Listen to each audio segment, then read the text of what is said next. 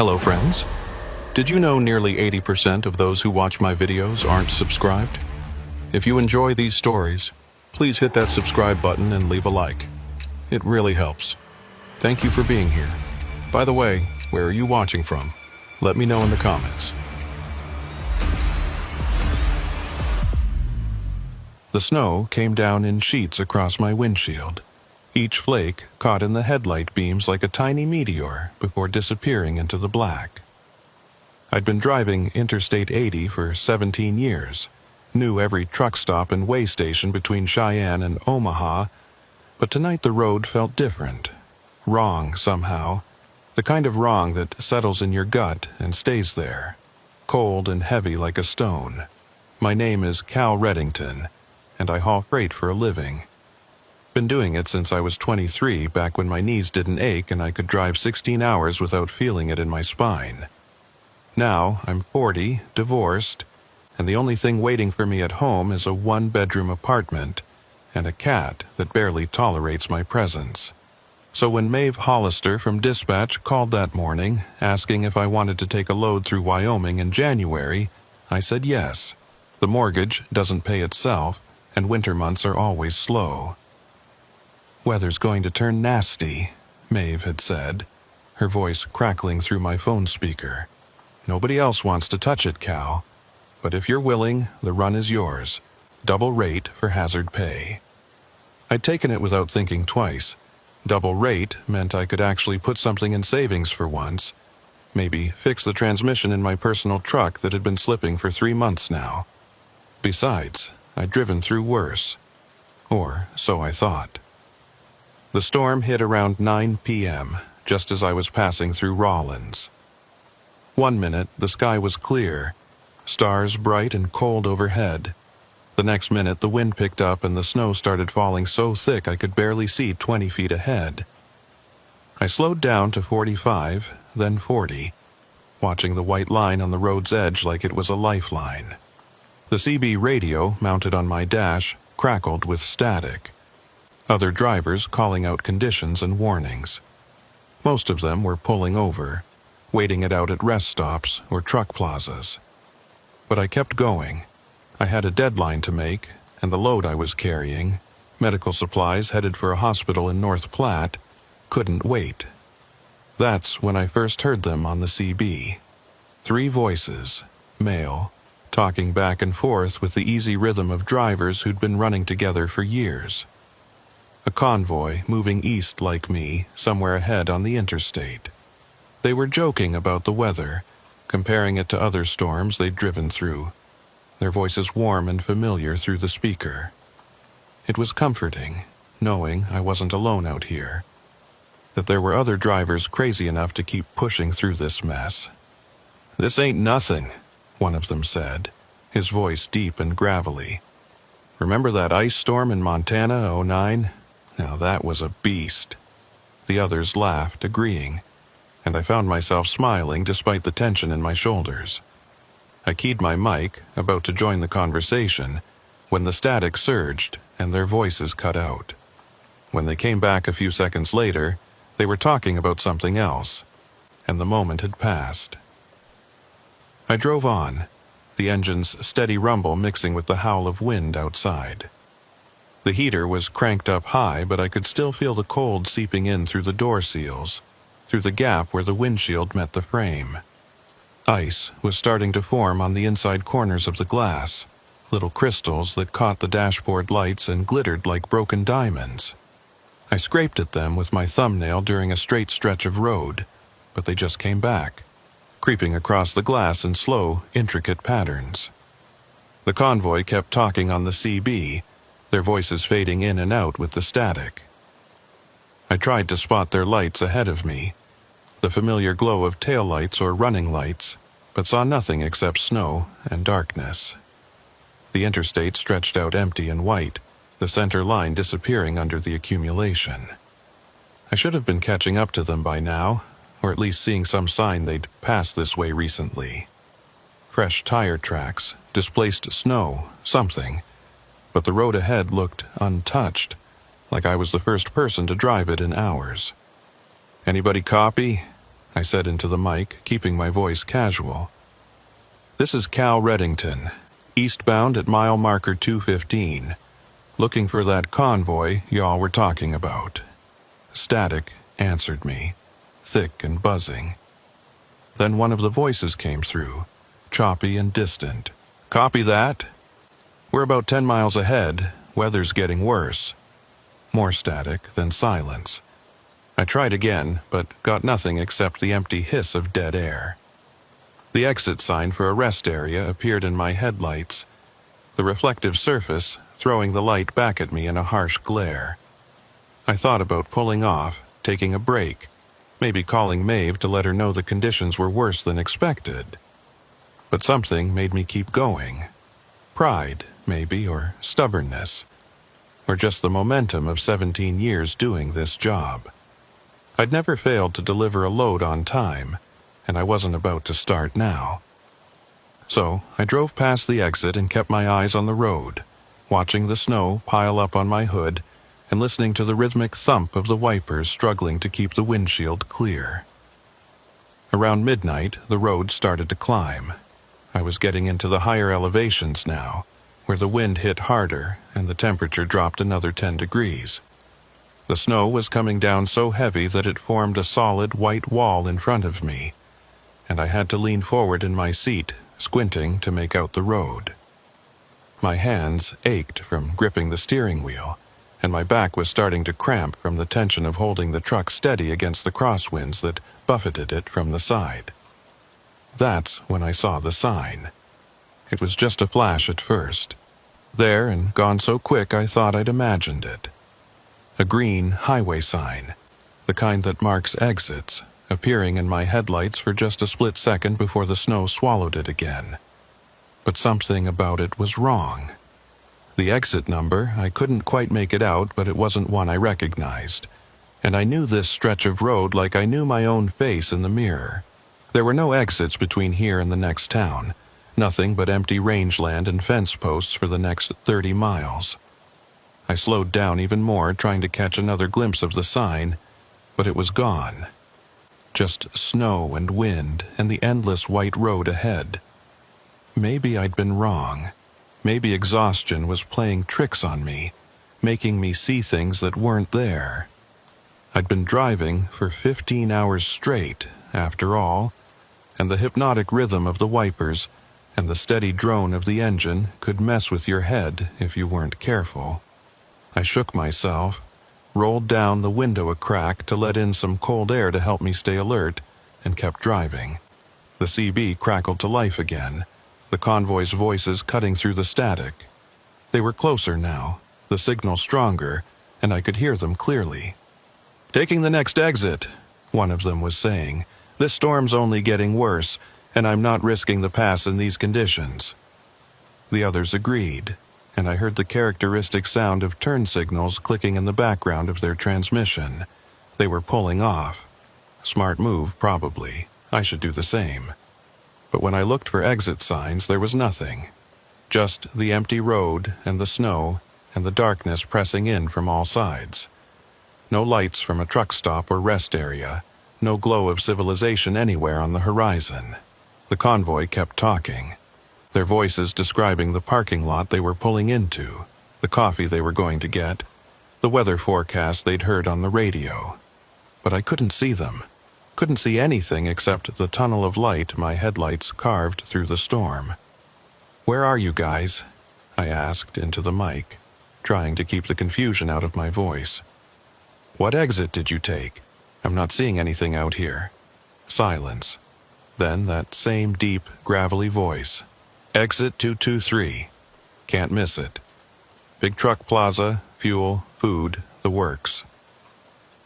But I just passed mile marker 220, and there was no exit 223 on this stretch of interstate. I knew that for certain. Hadn't been one in all the years I'd been running this route. My heart started beating faster, a sick feeling spreading through my chest. Something was very wrong here.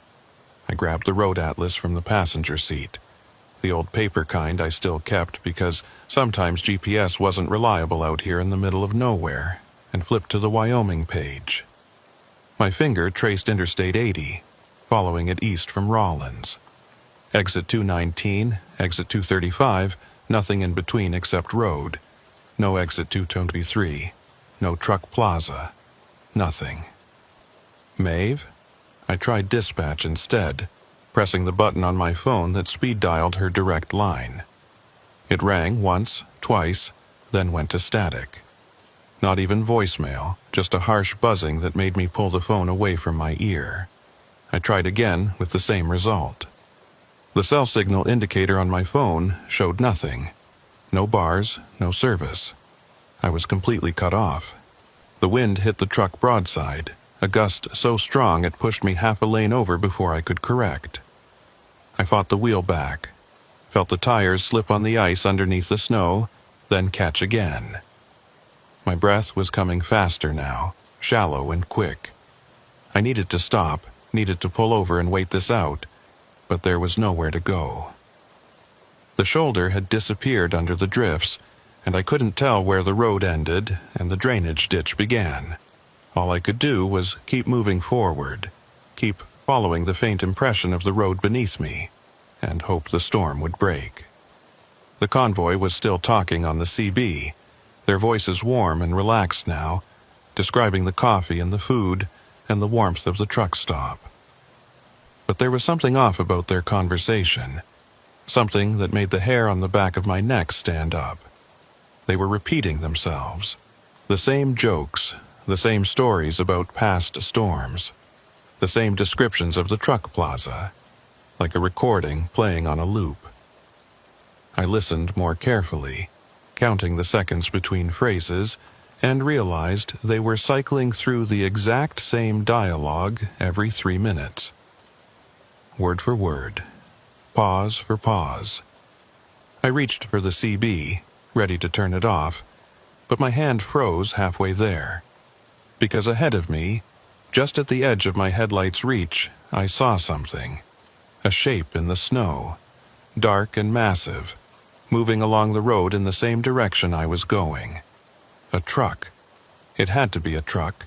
The back end of a trailer, maybe, or a sleeper cab. But there were no lights on it.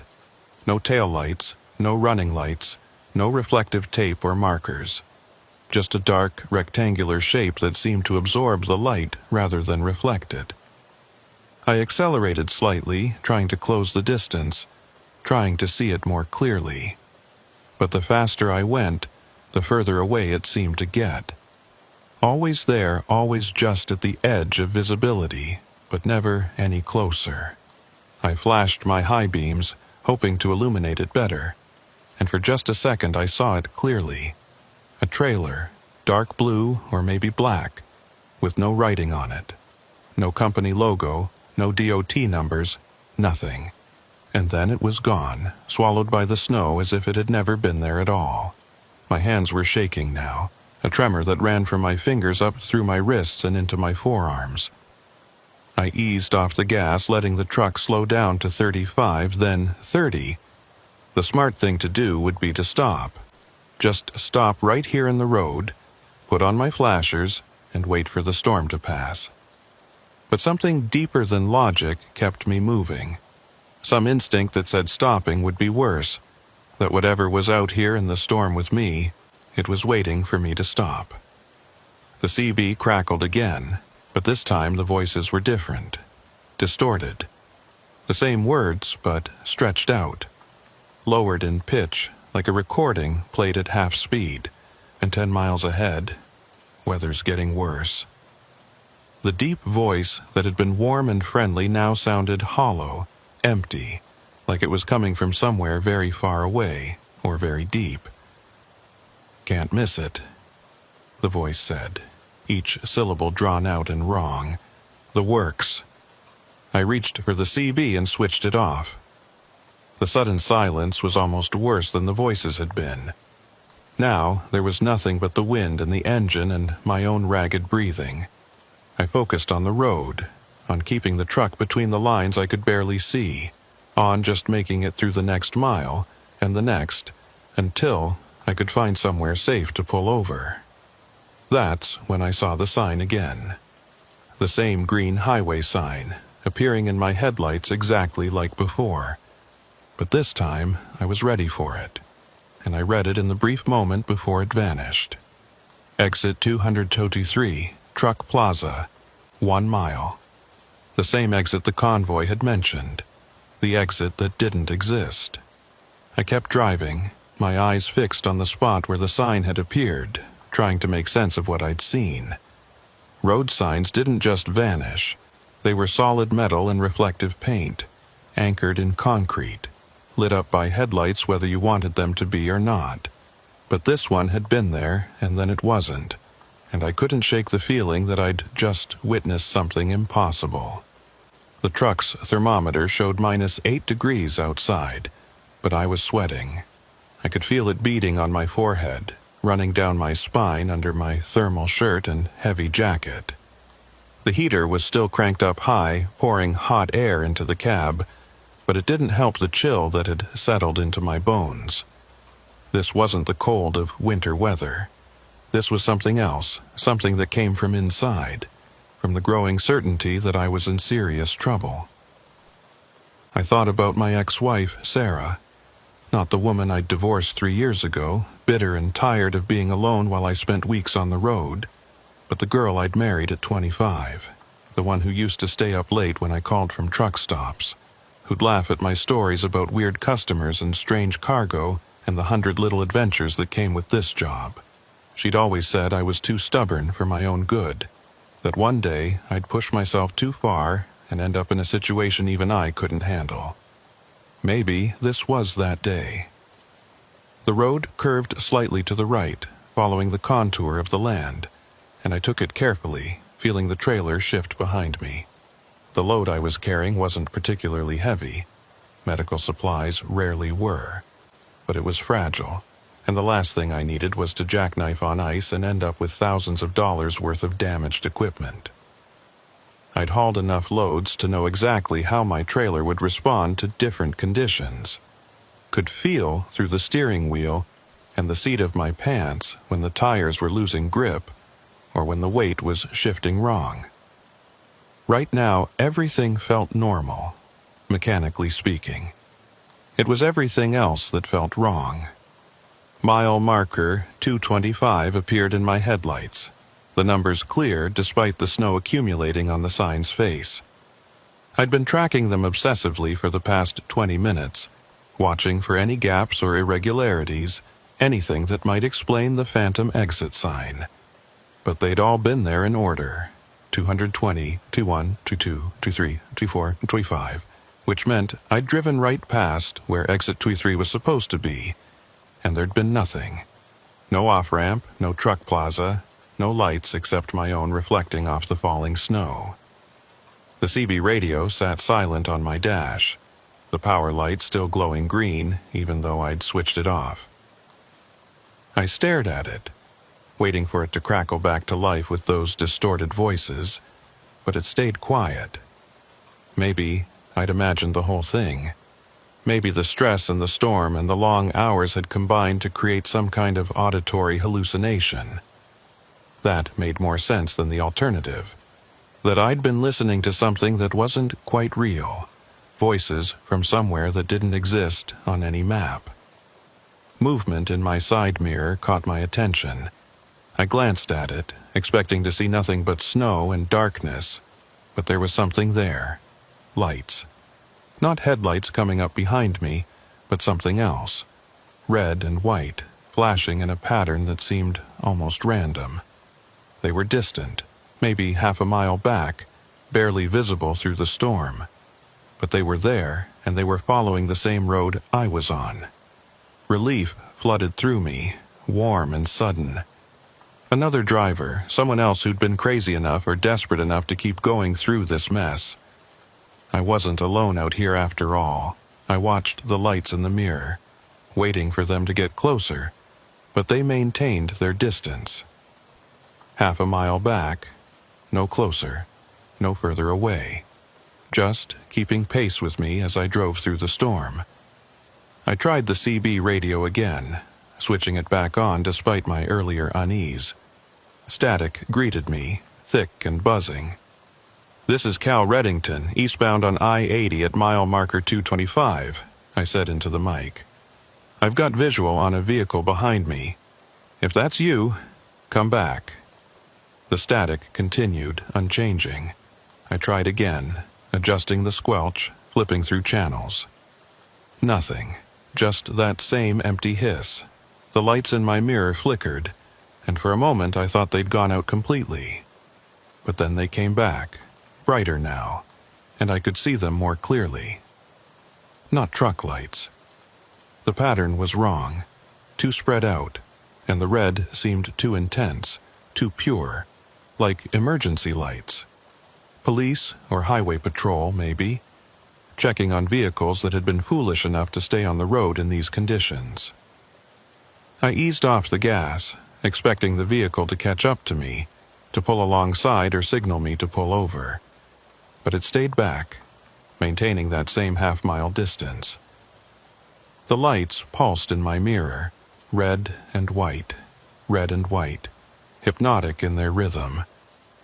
I watched them for a solid minute, 2 minutes, 3, and they never changed. Never got closer, never fell back, just stayed there like they were tethered to my truck by an invisible line. The radio on my phone crackled, startling me. Not a call, but the weather band, automatically activating with an alert. Winter storm warning in effect for Carbon and Albany counties until 6 a.m. The automated voice was choppy, breaking up with interference. Zero visibility reported, multiple road closures. Travelers are advised to... It cut out, replaced by static, then went silent. My phone screen showed no signal again. The weather app frozen on data from 3 hours ago. Ahead of me, something changed. The quality of the darkness shifted, became deeper somehow, more complete. And then I realized what it was. My headlights weren't reaching as far anymore. The beams that should have extended 100 yards or more were being absorbed after maybe 30 feet, swallowed by the storm or the night or something I didn't want to think about. I could see the snow falling in the immediate cone of light. Could see the road directly in front of my bumper, but beyond that was nothing but black. I slowed down to 25 miles per hour, then 20. This was getting dangerous. I needed to find somewhere to stop, to wait out the worst of the storm, even if it meant sitting on the shoulder with my flashers on. But when I started to ease toward the right, planning to pull off, the truck lurched. Not from ice or wind, but from something underneath. A jarring bump that rattled my teeth and sent the coffee in my cup holder sloshing over the rim. I corrected automatically, bringing the truck back to the center of the lane, and the ride smoothed out immediately. What had I hit? There was nothing on the interstate, no debris, no potholes big enough to cause that kind of impact. I checked my mirrors, looking for whatever I'd driven over, but saw only my own tracks already being filled in by the falling snow. And those lights, still hanging back there in the distance, still pulsing their steady red and white rhythm. The next time I tried to edge toward the shoulder, the same thing happened. A violent bump, like driving over a log or a curb, that forced me back to the center of the lane. I tried the left shoulder with the same result. The truck would only run smooth if I kept it in the middle of the road, equidistant from both edges. As if something was physically preventing me from pulling over. My heart was hammering now, a sick, rapid beat that made my hands shake on the wheel. This wasn't possible. Roads didn't work this way. Physics didn't work this way. I was tired, that was all. Exhausted and stressed and seeing things, feeling things that weren't real. I needed to stay calm, needed to think rationally. There was an explanation for all of this. There had to be. I thought back to the last truck stop I'd passed, a TA in Rollins where I'd fueled up just before the storm hit. Dustin Curvin had been working the service bay, a mechanic I'd known for years. We talked for a few minutes while he checked my tire pressure, shooting the breeze about the weather and the season, and how business was slow. "You be careful out there, Cal," he'd said as I was leaving. "This storm's supposed to be a bad one." Wouldn't surprise me if they closed the interstate before morning. I'd laughed it off, assured him I'd be fine. Now I wished I'd listened. The temperature gauge on my dash was dropping. -10 now, -12. The cold was seeping in through every crack and gap in the cab, forming ice on the inside of the windows faster than I could scrape it away. My breath came out in clouds, visible even in the dim glow of the dashboard lights. I cranked the heater up higher, but it didn't seem to make any difference. The cold just kept coming, steady and relentless, like the truck was losing its ability to hold it back. Mile marker 230 appeared and disappeared.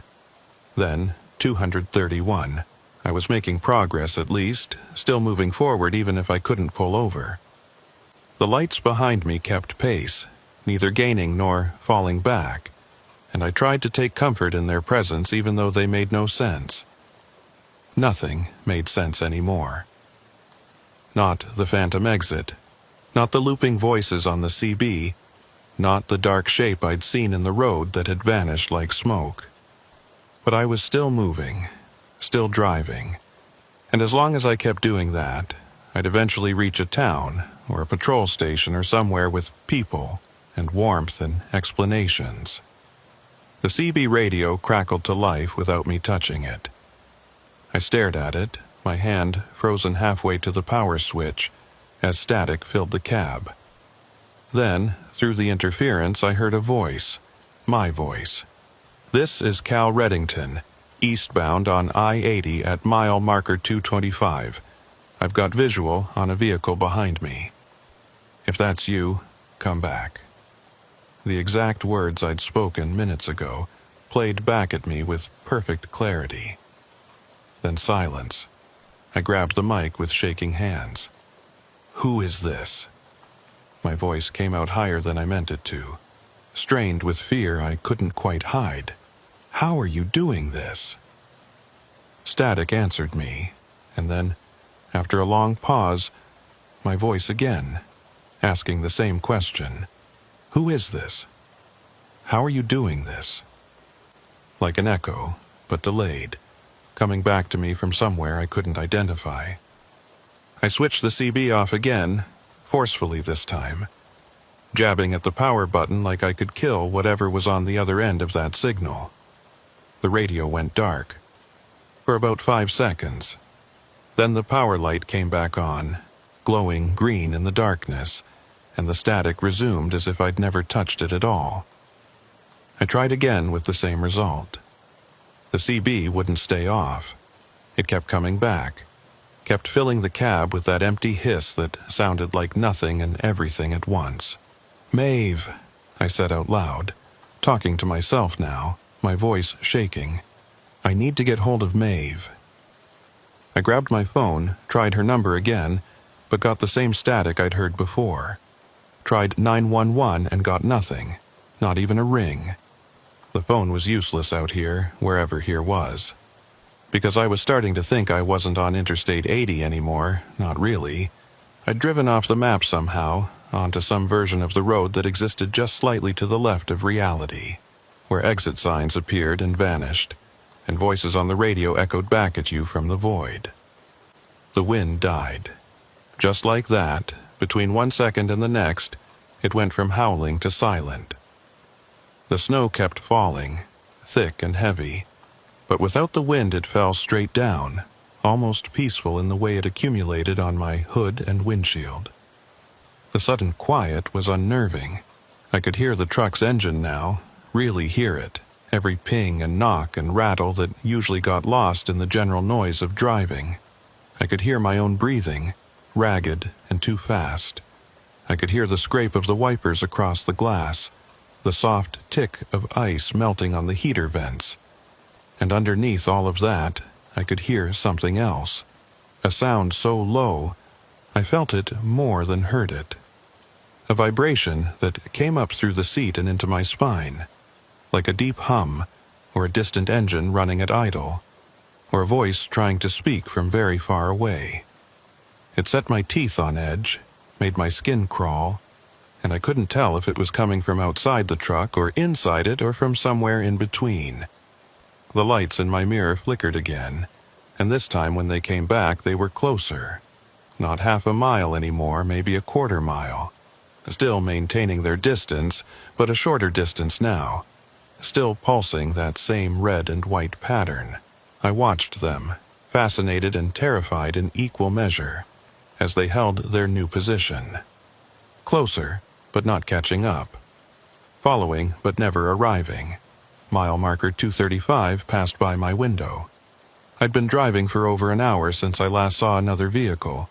Last, heard a voice on the CB that wasn't my own, or a distorted recording. The storm showed no signs of letting up, and my fuel gauge was dropping toward half a tank.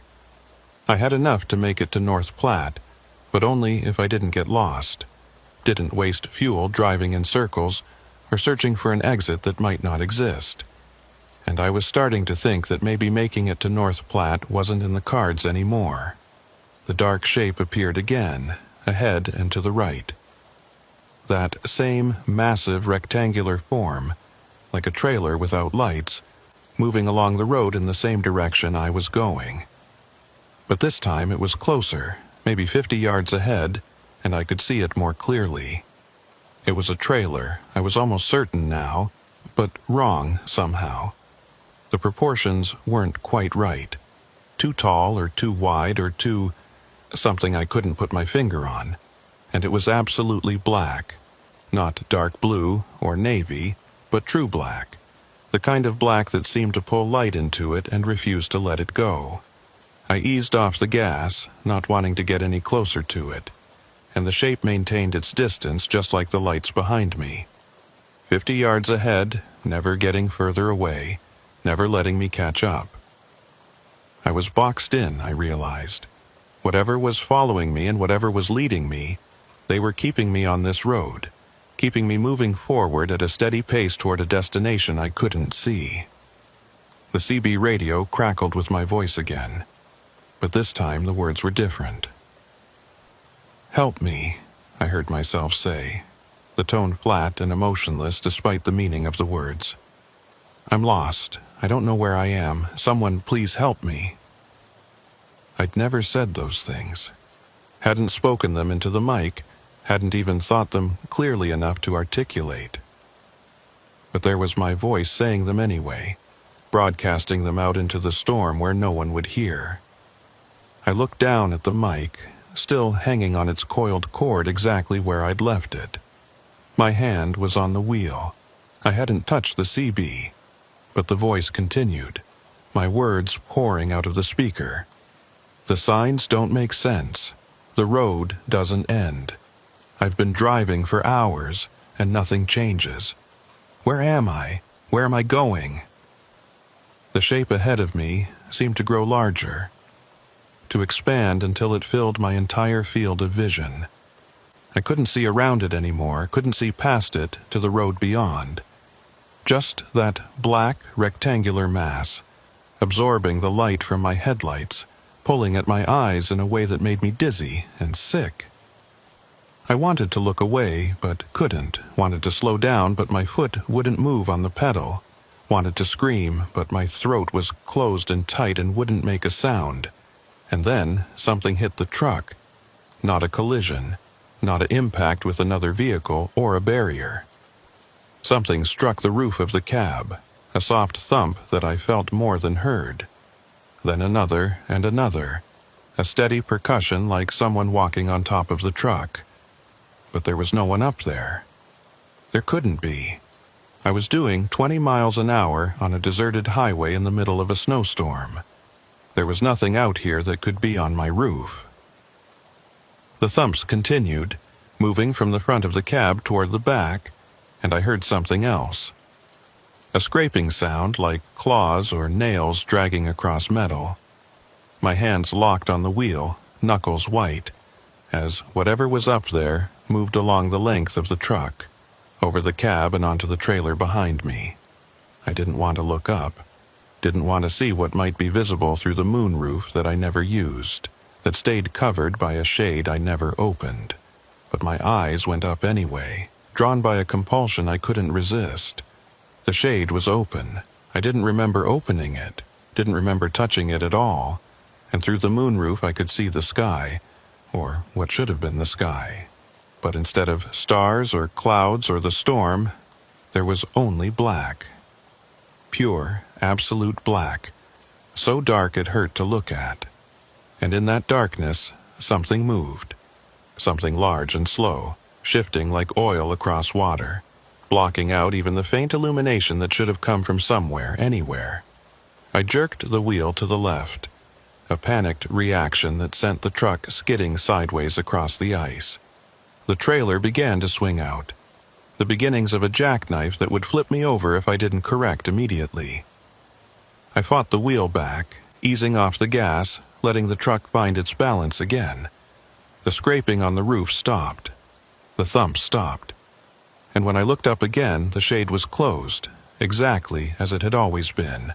I was shaking so hard I could barely hold the wheel. My breath came in short gasps that fogged the air in front of my face, freezing into tiny crystals that drifted down onto my lap. I needed to stop, needed to get out of the truck, needed to run, needed to do anything except keep driving toward whatever was waiting for me at the end of this road. But I couldn't stop. Every time I tried to pull over, something prevented it. I was trapped in motion, a prisoner in my own truck, following a route that had no ending. The lights behind me were closer now. Close enough that I could almost make out the vehicle they were attached to, almost see what had been following me for the past hour. But every time I focused on them in the mirror, they blurred and shifted, refusing to resolve into anything coherent. Red and white, pulsing, getting closer inch by inch, and I knew that if they ever caught up to me, if they ever pulled alongside or past me, something very bad would happen. The dark shape ahead disappeared, swallowed by the snow or fading back into whatever dimension it had come from. For a moment I was driving into empty space, nothing ahead except the storm and the road and the endless white. And then I saw the sign again, that same green highway sign, exit 223, appearing in my headlights like it had been waiting for me to notice it. But this time it didn't vanish. This time it stayed visible, solid and real, mounted on its posts just like any normal sign should be. And beyond it, I could see lights. Not the red and white of the vehicle behind me, but the warm yellow glow of sodium lamps, the bright white of fluorescent tubes, the multicolored shimmer of neon signs, a truck plaza, just like the voices on the CB had described, just like I'd been told. Exit 223, exactly where it wasn't supposed to be. I slowed down, the truck dropping to 15 miles per hour, then 10. The exit ramp appeared in my headlights, curving away to the right, leading down toward those welcoming lights. I could see buildings now, a fuel station and a restaurant and what looked like a motel. Trucks were parked in neat rows in the lot, their running lights glowing, their cabs dark as their drivers slept. It looked normal, it looked safe, it looked like exactly what I needed. My turn signal clicked in the silence, marking time with the truck's heartbeat. All I had to do was turn the wheel, follow the ramp down to the plaza, and this nightmare would be over. I'd be around people again, around light and warmth and sanity. I'd call Maeve, tell her I was stopping for the night, that the storm was too much to drive through. She'd understand. Hell, she'd probably be relieved. The lights behind me surged forward, suddenly close enough that I could see them clearly in my mirror for the first time. And what I saw made my blood turn to ice in my veins. They weren't truck lights or police lights or anything that belonged to a vehicle at all. They were windows, glowing from within with red and white light that pulsed like a heartbeat. Windows in something massive and dark that filled the road behind me, something that wasn't a truck or a car or anything I could name. I jerked the wheel to the right, taking the exit, and the truck's tires bit into the fresh snow on the ramp. Behind me, the lights, the windows, the thing, followed. turning onto the exit ramp with a grace and silence that nothing that size should have possessed. I accelerated, pushing the truck as fast as I dared down the curving ramp, desperate to reach those lights below, to get to the truck plaza and the illusory safety it offered. The ramp curved back on itself, a standard cloverleaf design, and I followed it around, the trailer swaying behind me but staying in line. Almost there. Just another 100 yards, and I'd be on level ground, pulling into the parking lot surrounded by other drivers who'd know what to do, who'd help me make sense of this. I could see the fuel pumps now, could read the price per gallon on the LED displays, could see a figure in a heavy jacket walking between the trucks, checking vehicles, looking completely normal and mundane and real. The ramp leveled out and I straightened the wheel, preparing to turn into the truck plaza's entrance. But as I did, the lights that had been so warm and inviting began to flicker. The sodium lamps dimmed and brightened and dimmed again. The fluorescent tubes stuttered. The neon signs buzzed and went dark. And in the space of 3 heartbeats, every light in the truck plaza went out. Darkness rushed in to fill the void, absolute and complete. The trucks I'd seen parked in neat rows were gone. The buildings were gone. The figure in the jacket was gone. There was nothing ahead of me except empty snow-covered ground and the ramp continuing forward into darkness. No truck plaza. No exit. Just the ramp leading nowhere, ending at a field of white that stretched out in all directions. I stood on the brakes, felt the ABS pulse under my foot as the truck slowed, and finally stopped. I sat there in the silence, engine idling, headlights illuminating snow and nothing else. Behind me, the thing with the glowing windows had stopped too, maintaining its distance, waiting. The CB radio crackled with my voice, still calling out for help, still describing my confusion and fear in that flat, emotionless tone. I was trapped between nothing and something worse than nothing, on an exit ramp that went nowhere, in a storm that would never end. And I realized, with a clarity that cut through all my fear and confusion, that I'd made a terrible mistake. I should never have left the interstate, should never have listened to the voices on the CB or looked for the truck plaza that didn't exist. Because now I was off the road, off the map, and I had no idea how to get back. I sat there for what felt like hours, though my watch said only 5 minutes had passed. The engine idled with a steady rhythm, burning fuel, the gauge creeping lower with each passing moment. I had maybe 300 miles of range left, enough to get back to the interstate and continue east if I could figure out how to reverse up the exit ramp without jackknifing. But the thought of going back out there, onto that endless dark road with whatever was following me, made my stomach turn over. The headlights showed nothing but snow and an empty field where the truck plaza should have been. I tried to make sense of it, tried to find some rational explanation for what I'd just witnessed. A power outage, maybe. A trick of the storm that had made me misjudge the distance. But I knew those were lies. Desperate attempts by my mind to explain something that had no explanation. The truck plaza had vanished because it had never been real in the first place. It had been bait, a lure to get me off the interstate, and I'd taken it. Behind me, the thing with the glowing windows remained motionless, a dark mass at the top of the exit ramp.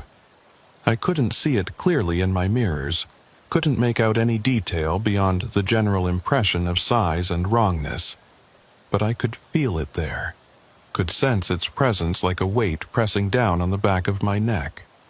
It was waiting for me to move, to make a decision, to do something other than sit here in neutral burning diesel. I reached for my phone again, knowing it was useless but needing to try anyway. Still no signal. The screen showed my last known location as Rollins, over 100 miles back, the GPS arrow spinning slowly in place like it was trying to figure out where I'd gone. The battery was at 30%, dropping faster than it should. I turned the screen off to conserve power, though I wasn't sure why it mattered. If I was going to die out here in the snow, whether my phone had battery or not seemed like a minor concern. The CB radio continued its intermittent broadcasts, my voice cutting through the static to describe situations I hadn't experienced yet. "The engine's dying," I heard myself say. "I can't keep it running. It's getting so cold." I looked at the temperature gauge. The truck was running fine, the engine temperature right where it should be. But I shivered anyway, because I knew that voice was right. Eventually, the fuel would run out, and then the engine would stop, and then the heater would fail, and I'd be alone in the cab with nothing but the cold and the dark and whatever was out there waiting. I put the truck in reverse, deciding I had to at least try to get back to the interstate. The transmission clunked as I eased off the clutch, and the truck started rolling backward, up the slight incline of the exit ramp. I watched my mirrors carefully, trying to stay centered on the ramp, trying to avoid the shoulders that might drop off into ditches, or barriers, or nothing at all. The thing with the windows didn't move, just sat there at the top of the ramp, watching me approach. 20 yards separated us now, then 15, then 10. I could see it more clearly, could make out what looked like a massive rectangular structure, taller than a semi-trailer, with those glowing windows arranged in 2 rows along its side. But the proportions were all wrong. The angles too sharp, or too soft, or too something my brain couldn't quite process. It hurt to look at directly, made my eyes water and my head ache. So I relied on my mirrors, keeping it in my peripheral vision while I focused on the ramp. 5 yards. 3. And then I was level with it, the truck's trailer passing within arm's reach of whatever it was. I didn't look directly at it, kept my eyes forward, but I could see it there in my side mirror, could see those windows pulsing with their red and white light, could see something moving behind the windows, shadows that shifted and flowed like they were underwater or caught in a heat haze. I pressed the gas harder, feeling the engine strain as I backed up the incline. The thing didn't move, didn't react to my presence at all. And then I was past it, back at the top of the ramp, and I could see the interstate ahead. The road was still there, still running east-west through the darkness, still covered in snow. Relief flooded through me so intensely it made me dizzy. I'd found my way back. I could get back on the road and keep driving, and maybe, this nightmare would end. I shifted into first gear and pulled forward, guiding the truck back onto the interstate. The tires gripped, the trailer followed, and just like that, I was back in the eastbound lane, headlights pointed toward Nebraska and the promise of morning. Behind me, the exit ramp receded into the darkness, and the thing with the windows didn't follow. It stayed there at the entrance to nowhere, watching me go, and I felt its attention like a physical touch between my shoulder blades. The convoy voices started up again on the CB, back to their original loop, describing the truck plaza and the coffee and how they were going to wait out the storm. But they sounded faint now, distant, like they were broadcasting from very far away. I listened to them cycle through their conversation twice more, then switched the radio off. This time it stayed off, the power light going dark and remaining dark. Whatever had been playing games with me seemed to have lost interest. Mile marker 236 appeared in my headlights. Then, 237, I was making progress, putting distance between myself and the phantom exit, and that had to mean something. Had to mean I was getting back to normal reality, to the regular road that existed on maps and GPS systems. My hands had stopped shaking, and my breathing had slowed to something approaching normal. I was going to make it. I was going to deliver this load and collect my pay and never, ever take a run through Wyoming in winter again. That's when I saw the sign for exit 223 ahead. My foot came off the gas involuntarily, the truck slowing as I stared at the green sign illuminated in my headlights. Exit 223, Truck Plaza, 1 mile. The same exit I'd just left. The same exit that shouldn't exist. But I'd driven past it. I'd put it behind me. I'd seen mile markers 236 and 237, which meant I was well past where any exit 223 could be. I looked at my odometer, trying to make sense of the numbers. I'd driven 2.3 miles since getting back on the interstate. Should be at mile marker 238 by now, maybe 239. But the sign said 220. I was back where I'd been an hour ago before I'd seen the exit the first time. The distance I'd covered, all the miles I'd put between myself and Rollins, had somehow disappeared. I was caught in a loop, driving the same stretch of road over and over, and I hadn't even realized it until now. Panic hit me then, real and visceral, tightening my chest until I couldn't breathe. I was trapped, not just on this road, but in this moment, this piece of time and space that kept repeating itself like a scratched record skipping on the same groove. I could drive for days and never get anywhere. Never escape this endless loop of snow and darkness and exit 223. I grabbed the phone, stabbed at Maeve's number with shaking fingers. The call connected this time, the ringing clear and normal in my ear. Hope surged through me. She answered on the third ring. "Cal?" Her voice was fuzzy with sleep. "What time is it? Are you okay?" "Maeve, I need help." The words tumbled out too fast. "I'm stuck in some kind of loop on I-80. The same exit keeps appearing, the same mile markers, I can't get past it. There's something following me, something wrong with the road. I don't know what to do." Silence on the other end.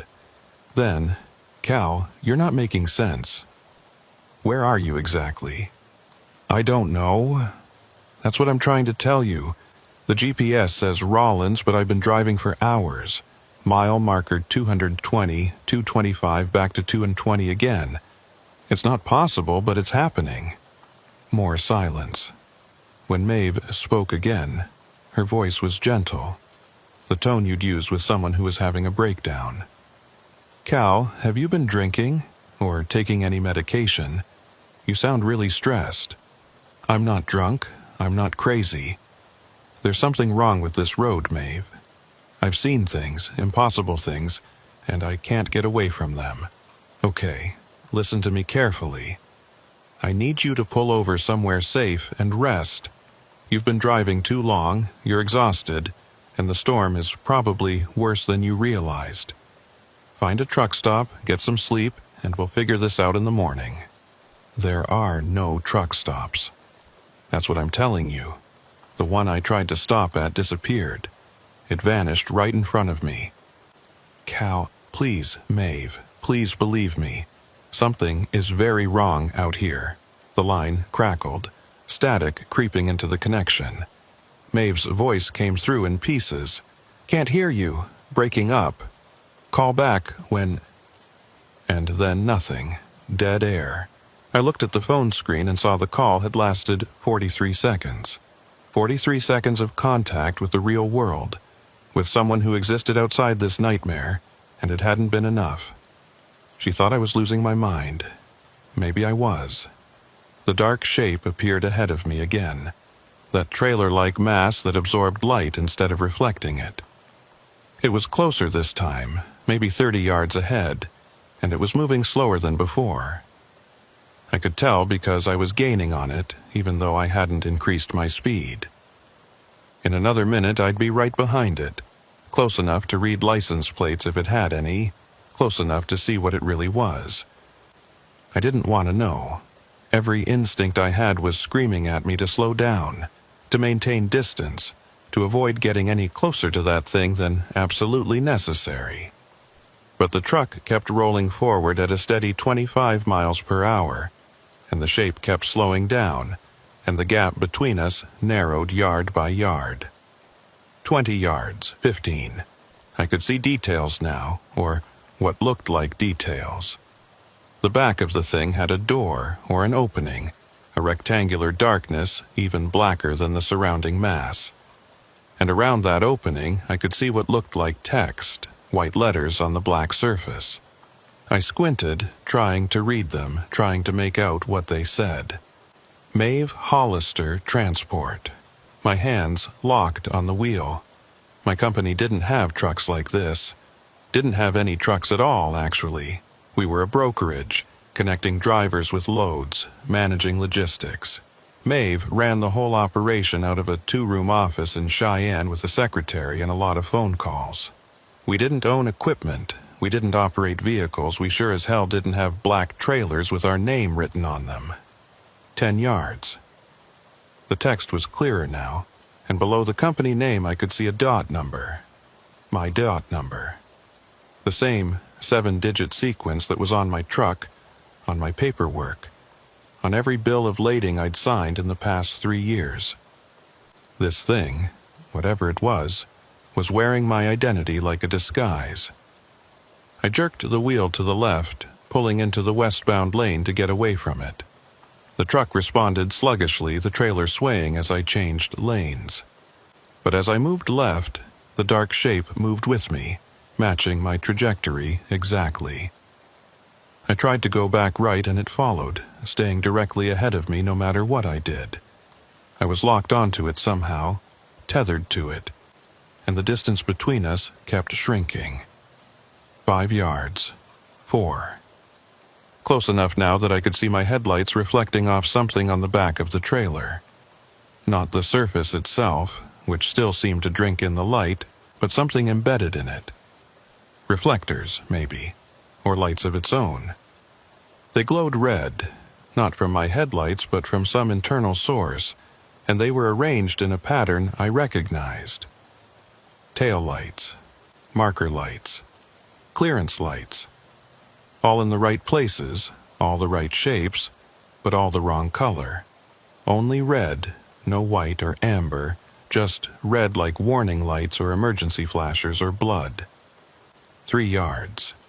I could see under the trailer now, could make out what looked like wheels and axles and an undercarriage. But they weren't moving. The whole thing was gliding along the road without its wheels turning, without making contact with the ground. It was floating, hovering, maintaining a precise distance above the snow-covered asphalt. 2 yards. And that's when I saw the door at the back of the trailer start to open.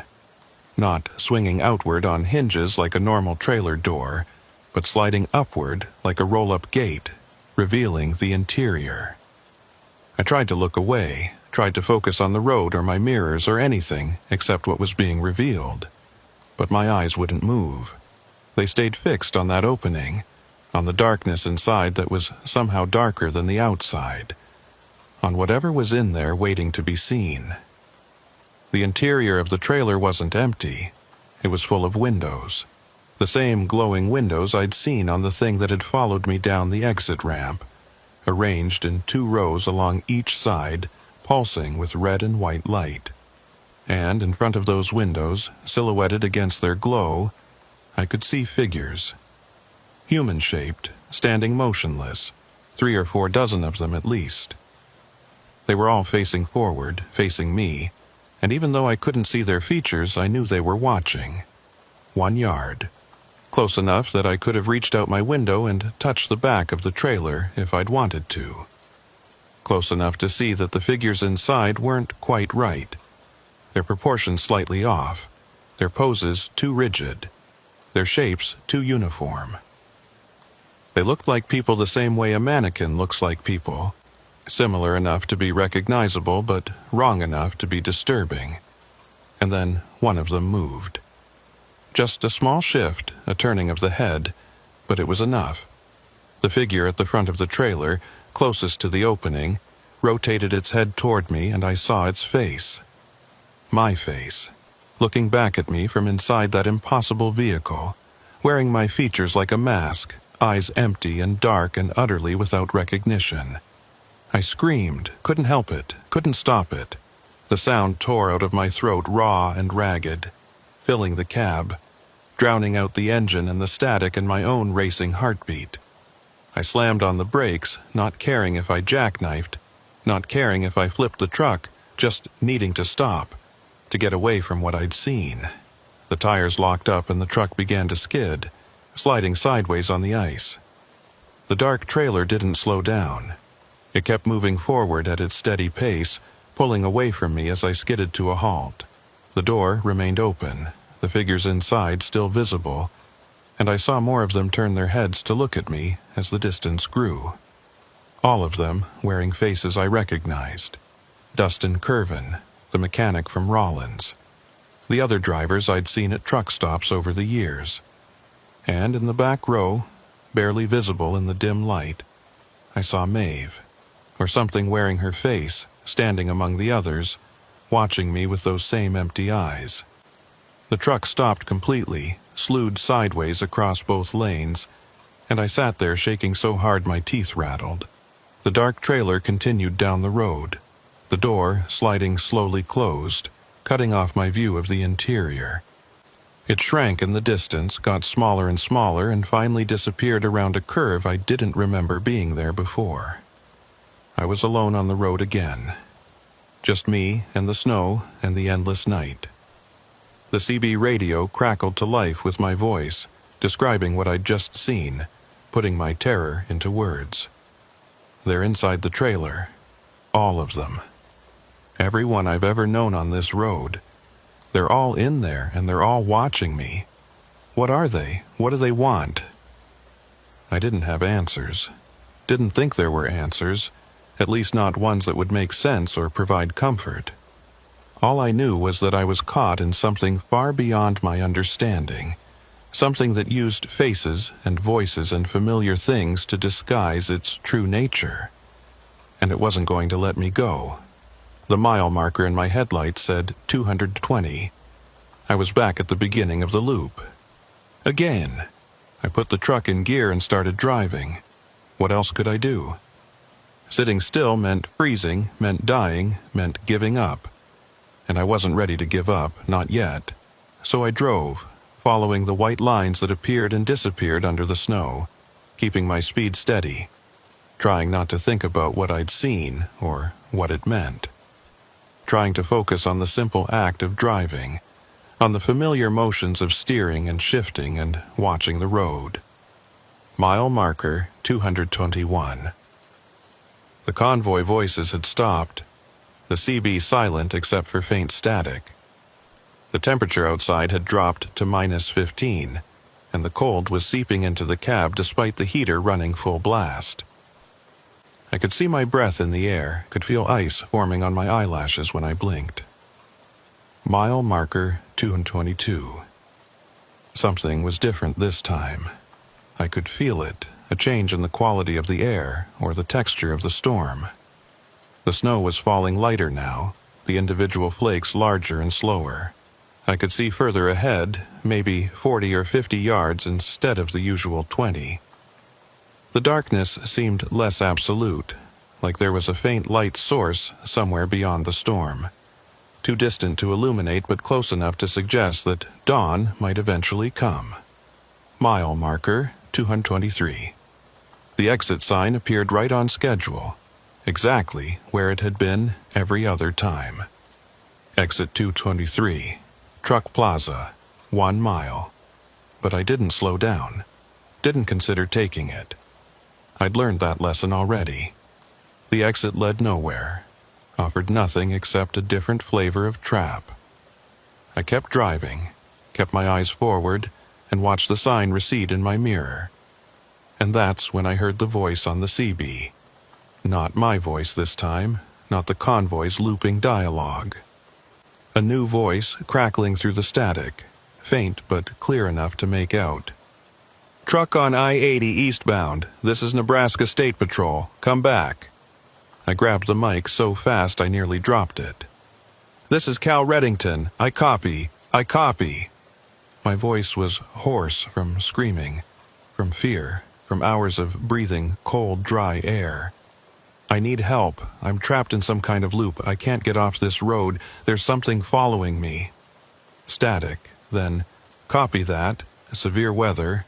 Road closed at mile marker 245. Need to turn around. I can't turn around.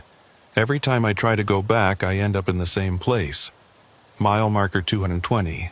Over and over. How do I get out of this? Say again. You're breaking up. Location.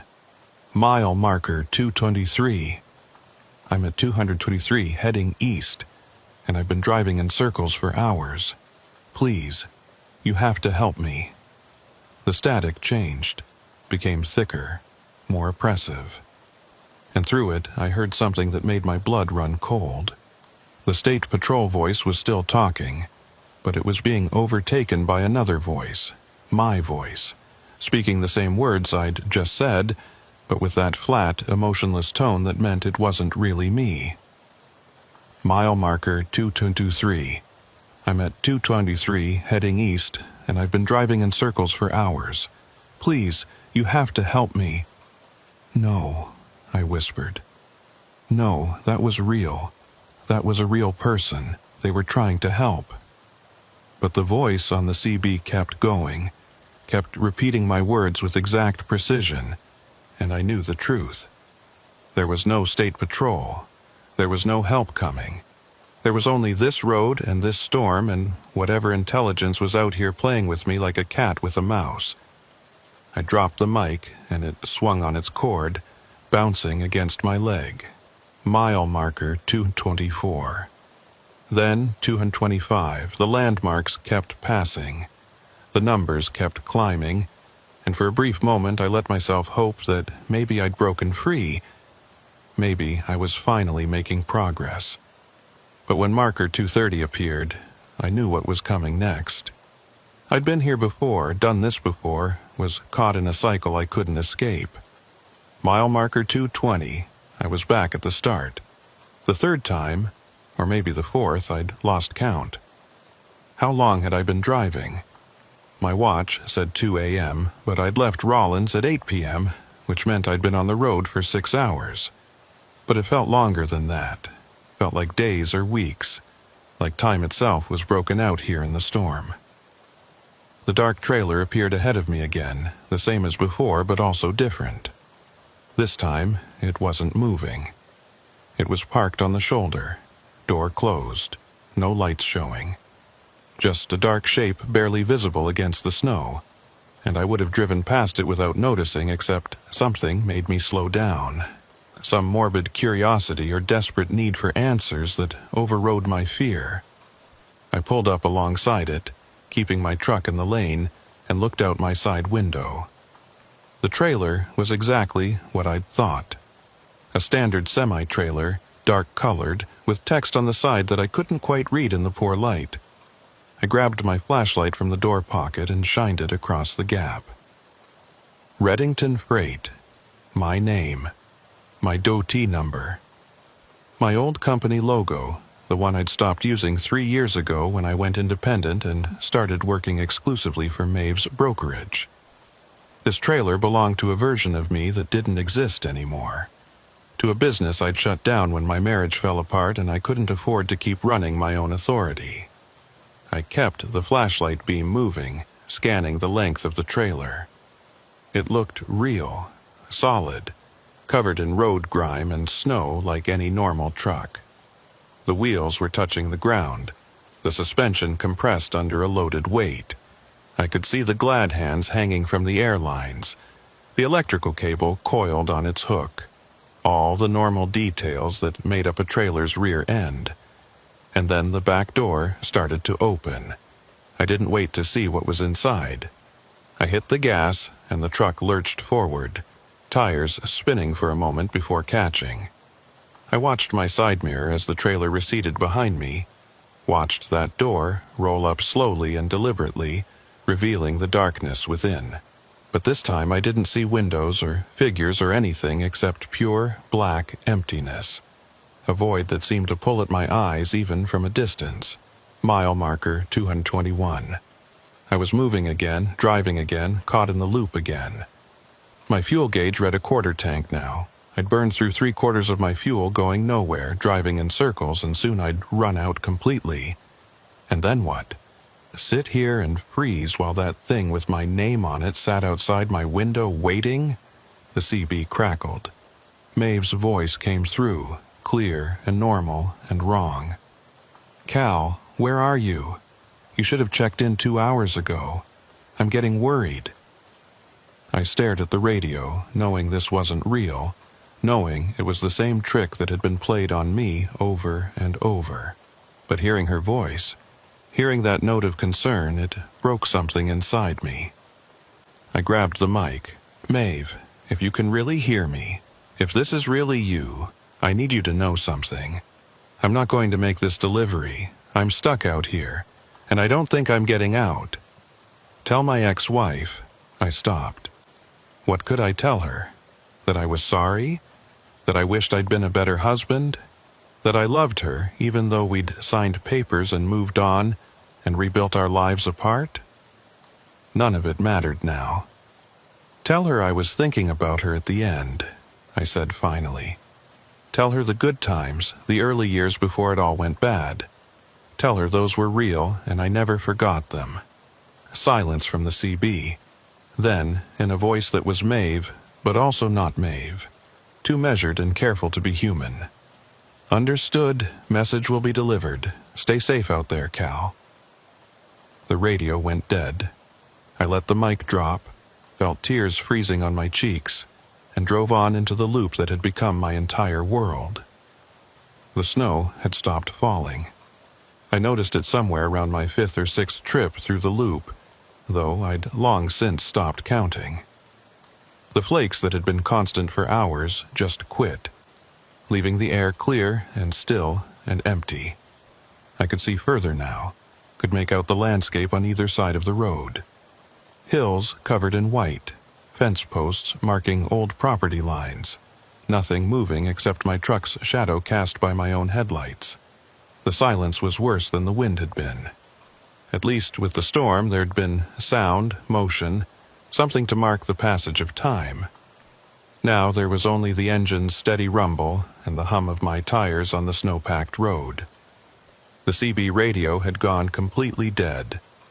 Not even static anymore, just a silent speaker and a dead power light. My phone had died 20 minutes ago, the battery finally giving up, leaving me with no connection to the outside world at all.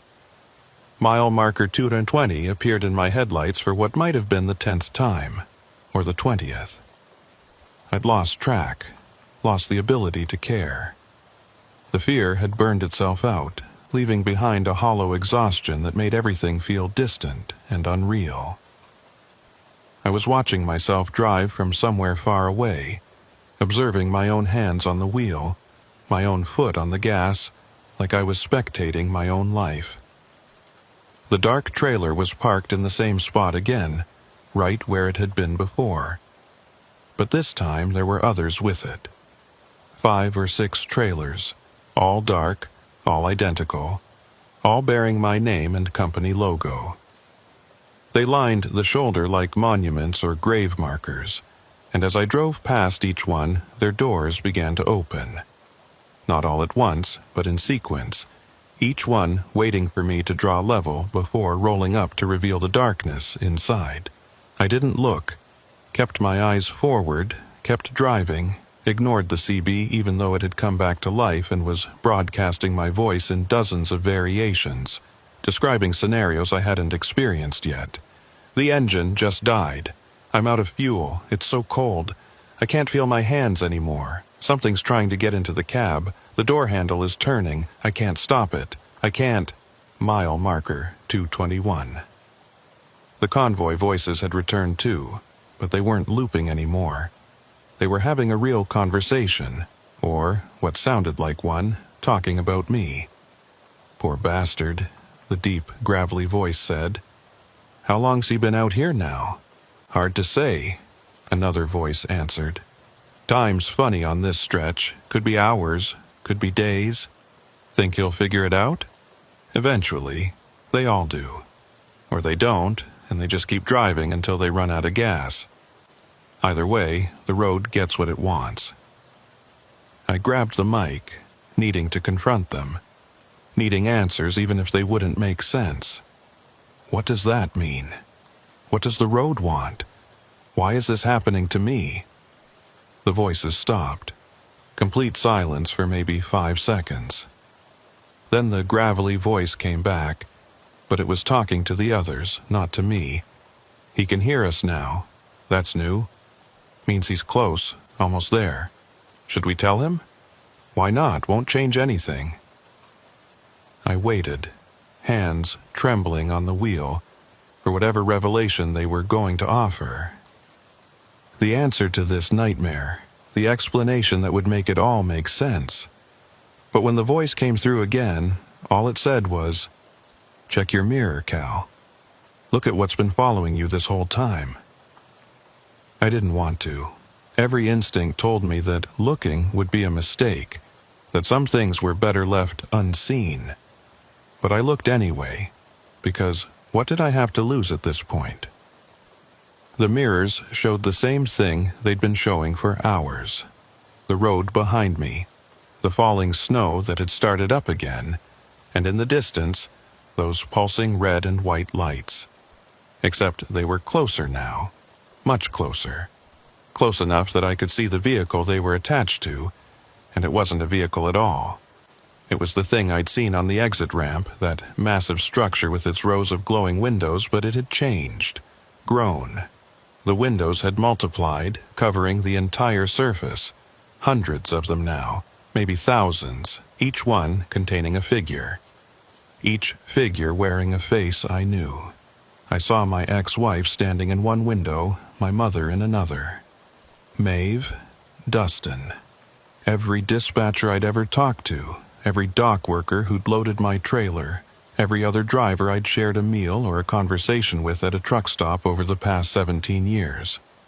All of them arranged in neat rows, all watching me with those empty, recognitionless eyes. And at the very front, in the largest window, I saw myself. Not a reflection, not a copy, but me as I'd been 6 hours ago, pulling out of Rollins, young and confident and stupid enough to think I could outrun a storm. He was smiling, that version of me, and he was pointing forward, urging me on, telling me to keep driving. "What is this?" I asked the CB, my voice breaking. "What are you showing me?" "The road remembers everyone who's driven it," the gravelly voice said. "Every trip, every mile, every moment. You've been part of it for 17 years, Cal. You think all those hours you spent out here just disappeared? This is where they've been all along, waiting, accumulating, building up like interest in a bank account you forgot you had." Mile marker 222. The thing behind me was keeping pace now, matching my speed exactly, neither gaining nor falling back. I could feel its weight pressing down on the road, could feel the way it bent reality around it just by existing. And I understood, with a clarity that was almost painful, what was happening. I wasn't driving in a loop.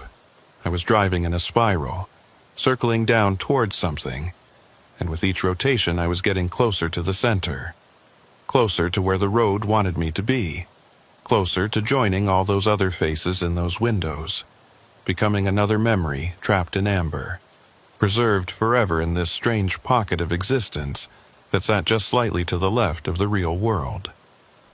"How do I get out?" I asked, though I already knew the answer. "You don't," the voice said, and it sounded almost sympathetic. "Nobody does. The road doesn't let go once it's got you. You're already part of it, Cal. Have been since the first time you drove this stretch. Every subsequent trip just reinforced the connection, made it stronger.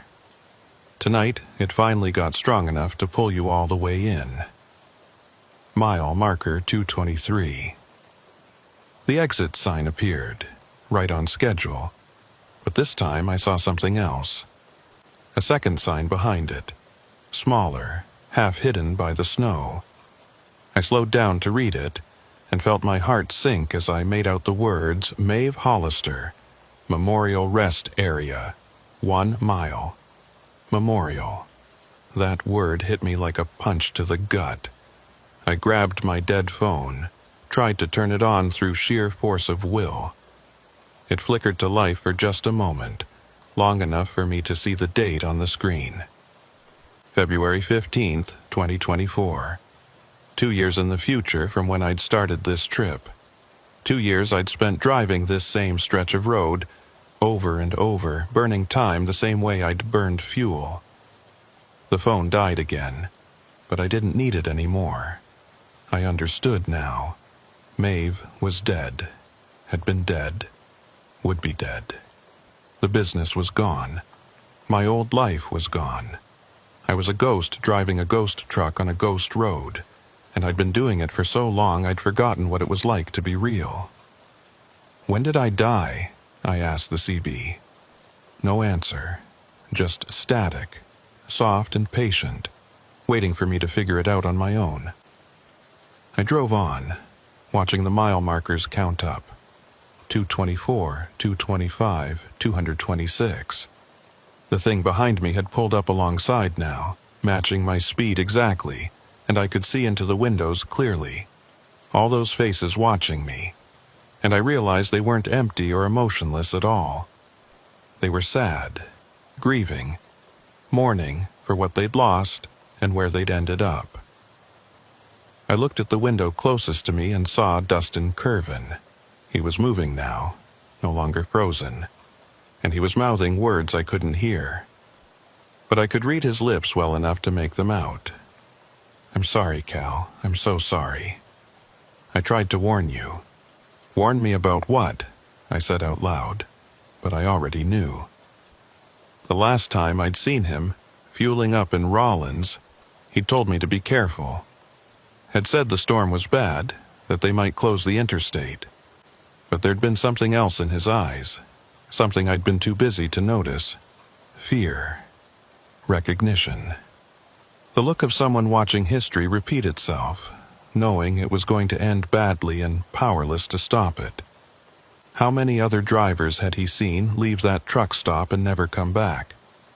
How many times had he fueled up a ghost truck, made small talk with a ghost driver, watched them pull out onto this cursed stretch of road?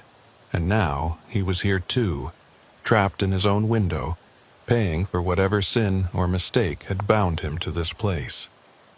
Mile marker 230. The landscape was changing. The hills were flattening out, the fence posts disappearing, the snow giving way to bare asphalt. I was approaching the end of the loop, the point where it would curve back on itself and reset to mile marker 220. But this time felt different.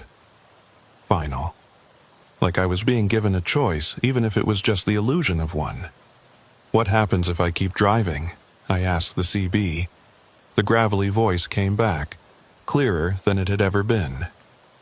"You loop again, and again, and again until you forget there was ever anything else, until this road, this storm, this night becomes your entire existence. That's one option. And the other? You take the exit, you pull into the rest area. You park next to all the other trucks that are already there, and you turn off your engine, and you wait. Eventually, you'll become part of the structure, another window in the collection. You'll still be conscious, still aware, but you won't be driving anymore. You'll just be watching, remembering, existing in a moment that never moves forward or back." Neither option sounded good, but at least the second one had an ending, a conclusion, even if it wasn't the one I would have chosen. Mile marker 235. Almost there, almost to the reset point. I could feel the loop getting ready to kick in, could sense the road preparing to send me back to the beginning. My fuel gauge showed empty, the low fuel warning light glowing red on the dashboard. I had maybe 5 more miles left, maybe less. Not enough to do another loop. This was it, the end. "There's a third option," a new voice said on the CB. Female, familiar, warm in a way that made my chest ache. I knew that voice, had heard it 1,000 times over the years, Trusted it more than I trusted my own judgment sometimes. "Maeve?" I whispered. "Hey, Cal," she said, and I could hear her smiling through the static. "Took you long enough to get here. Are you dead?" "Yeah, heart attack, about 18 months ago. Right at my desk, middle of coordinating a 3-truck convoy to Denver. They said I went quick, didn't suffer. I guess that's supposed to be comforting." She paused, and I heard something that might have been a sigh or might have been interference. "But I didn't really go anywhere, Cal. None of us do. We're all still here in one way or another." "I don't understand." "The road keeps us. The people who gave it the most, who spent the most time on it, who cared about it even when we shouldn't have. It holds on to us, preserves us. And when someone like you comes along, someone who's worn out the same stretch too many times, who's become more road than person, it pulls them in too." Mile marker 238. Just 2 more until the loop reset. I felt tears running down my face, freezing on my cheeks before they could fall. "You said there was a third option."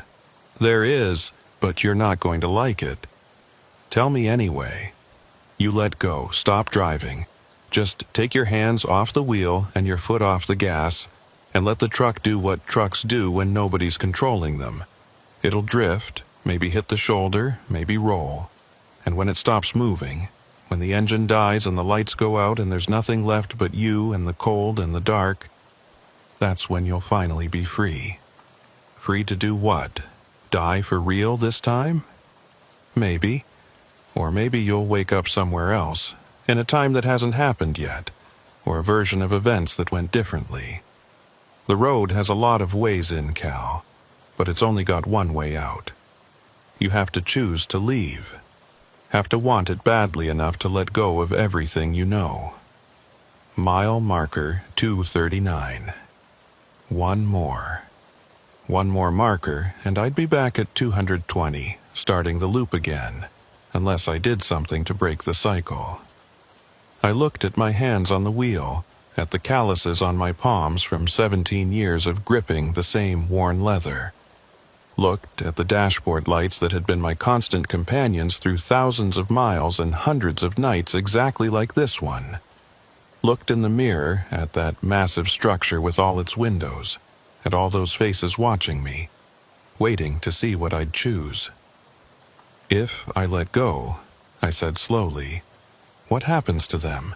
To all the others who are already trapped?" "Nothing changes for them," Maeve said, and there was genuine sadness in her voice. "They're already gone, Cal. This is all they have left. But you're still on the edge. Still got one foot in the real world and one in here. You can still choose." Mile marker 240. The loop should have reset by now, should have sent me back to 220, but the marker just kept climbing. 200. Show 142. I was past the boundary into territory I'd never reached before, and ahead of me I could see something glowing on the horizon. Not the false lights of the truck plaza, but something real. Dawn, maybe, or a town, or the actual exit that led to actual North Platte where I was supposed to deliver my actual load. The structure beside me was falling behind, unable or unwilling to follow past the loop's boundary. I watched it recede in my mirrors, watched all those faces grow smaller and smaller, and I felt something break inside my chest. They were staying behind. All of them. Maeve, Dustin, the convoy drivers, all the others who'd been pulled into this strange pocket of existence. They were trapped here while I drove on toward whatever came next. "Goodbye, Cal," Maeve said, her voice fading with distance. "Drive safe, watch the weather. Call when you get a chance." "I will," I said, though I knew she couldn't hear me anymore. "I promise." Mile marker 245. According to the voice I'd heard earlier, the one claiming to be Nebraska State Patrol, this was where the road closed, where they'd set up barricades to keep drivers from going further into the storm. But there was nothing here. Just empty road and the approaching dawn, and my truck still rolling forward on momentum and the last fumes of diesel. The engine coughed, sputtered. The fuel warning light was flashing now, urgent and insistent, telling me what I already knew. I was out of fuel, out of time, out of road. In another minute or two, the truck would roll to a stop and I'd be stranded here, wherever here was. Dead or alive, real or ghost, trapped or free. I had no idea which. I could take my hands off the wheel right now. Could let go like Maeve had suggested. Could choose to leave. Could find out what was on the other side of this nightmare. Or I could ride it out, coast as far as the momentum would take me, see if the dawn ahead was real or just another trick of the road. The engine died. The dashboard lights flickered and went out. The heater stopped blowing. In the sudden silence, I could hear my own heartbeat, fast and erratic, and I realized I was holding my breath. The truck was still moving, but barely, rolling forward at maybe 10 miles an hour on flat ground with no power to maintain it. 5 miles an hour. 3. The shoulder was coming up on my right. A place to pull over, to stop, to rest. I could guide the truck there, use the last of its momentum to get off the road, to park safely. Or I could let it drift, let physics and chance decide where I ended up. My hands loosened on the wheel, just slightly, just enough that the truck began to pull to the right on its own, following the crown of the road, heading towards the shoulder. I felt the tires leave the pavement, felt the subtle change in resistance as they hit the snow, felt the truck begin to slow down even faster. 1 mile an hour, half a mile an hour. Almost stopped. The first light of dawn was painting the eastern sky in shades of pink and gold, and in that light I could see the real world coming back into focus. Real snow, real hills, real fence posts, and ahead, maybe a quarter mile up the road, I could see lights. Red and blue, flashing in the early morning gloom. Real police lights, real patrol cars. Real people who existed in real time and could help me understand what had just happened. The truck stopped. The engine was dead. The cab was silent. And I was stranded on the shoulder of Interstate 80 in Wyoming at dawn after the longest night of my life. But I was here. I was real. And when I opened the door and climbed down from the cab, when my feet hit the ground and I felt the cold bite of winter air on my face, I knew with absolute certainty that I'd made it out. A figure was walking toward me from the patrol cars, a state trooper in a heavy jacket, flashlight in hand.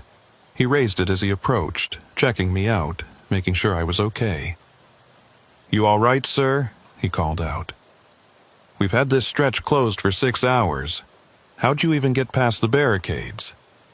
"I don't know," I said, and it was the truth. "I've been driving all night. I got turned around in the storm, lost track of where I was." He looked at my truck, at the empty fuel gauge visible through the windshield, at the frost covering every surface. "You're lucky you didn't freeze out here. Come on, let's get you into the patrol car where it's warm. We'll figure out how to get you towed and refueled." I followed him, glancing back at my truck one last time. It looked normal, just a regular semi sitting on the shoulder, no different from thousands of others. But in the side mirror, just for a second, I thought I saw something. A reflection of lights that weren't there. Windows glowing red and white in the pre-dawn darkness. And then it was gone, and there was just my truck and the road, and the morning coming on like a promise that maybe I'd actually get to keep. I climbed into the warm patrol car and listened to the trooper call for a tow truck on his radio, and I tried to believe that this was real, that I'd really escaped, that I wasn't still driving that loop somewhere in the dark, fooling myself into thinking I'd found a way out. But when the tow truck arrived an hour later, and when they refueled my truck and I started the engine and it turned over perfectly on the first try, and when I pulled back onto the interstate and continued east toward North Platte, I knew the truth. I was out, I was free, and I would never, ever forget what I'd left behind. Behind me, somewhere in the distance, invisible but present, I knew that stretch of road was still there, still looping, still holding all those faces in its windows, all those voices on the CB, all those trucks parked at rest areas that didn't exist on any map, waiting for the next driver who'd worn out their welcome on the regular roads, who'd become enough of a ghost that the road could pull them all the way in. I drove on into the dawn, and I never looked back. But sometimes, late at night, when I'm running a route I've run too many times before, I'll hear a voice on the CB that sounds almost familiar. Or I'll see an exit sign for a place that I know doesn't exist. And I'll remember that third option Maeve told me about, the one where you let go and see what happens. And I'll wonder if maybe I should have taken it. If maybe I'm still there, still driving that loop, still convinced I escaped, when really I'm just dreaming of freedom, while the road holds me tight and whispers that everything's going to be okay, that morning is coming, that I'm almost home. But I never let myself think about it for too long, because if I did, I might realize the truth, and I don't think I could handle that.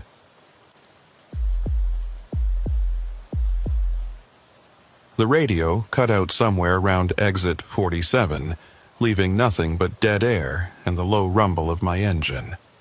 I didn't think much of it at first. Stations fade in and out all the time when you're driving through empty country, especially in weather like this. The snow had been coming down steady for the past 2 hours. Not heavy enough to be dangerous, but persistent enough to make the road ahead look like a tunnel of white with no end in sight. My name is Jonas Merrick, and I've been hauling freight for 12 years. I started when I was 26, right after my construction company went under during the recession, and never looked back. There's something peaceful about the road when it's just you and the highway and nobody expecting you to be anywhere except where you're headed. No boss breathing down your neck. No co-workers with their petty grievances. Just the simple clarity of point A to point B and getting paid for the miles in between. Tonight, I was running a load of industrial equipment from Bismarck down to Denver, farm machinery parts that some distributor needed before the spring planting season. The weight was good, right around 42,000 pounds, and the route was straightforward. Take Highway 85 south through Wyoming, pick up Interstate 25 at Cheyenne, and straight shot into Colorado. Easy money, or it should have been if the weather had cooperated. The first sign that something was off came around 9 p.m. when I saw the orange construction signs. Road closed ahead. Detour 2 miles. I frowned at that, checking the GPS on my phone. There hadn't been any construction warnings when I'd plotted the route that morning, and the highway looked fine. Fresh asphalt, clear lane markings, nothing that suggested recent work. But the signs were official-looking, the right shade of orange, the right reflective coating. So I slowed down and started watching for the detour route. The detour signs led me off Highway 85 onto what looked like a county road, 2 lanes running parallel to the main highway but separated by maybe half a mile of empty grassland. The road was in decent shape despite the snow, and I could see my route on the GPS showing I'd rejoin the highway in about 15 miles. Not ideal, but not terrible either. I'd lost maybe 20 minutes and I was still on schedule to make Denver by morning. That's when the radio stations started cutting out one by one. First the country station out of Gillette, then the news station, then the classic rock channel I'd been using to stay awake. I flipped through the dial, searching for anything, but every frequency just gave me static or silence. Even the CB radio was dead quiet, which was unusual.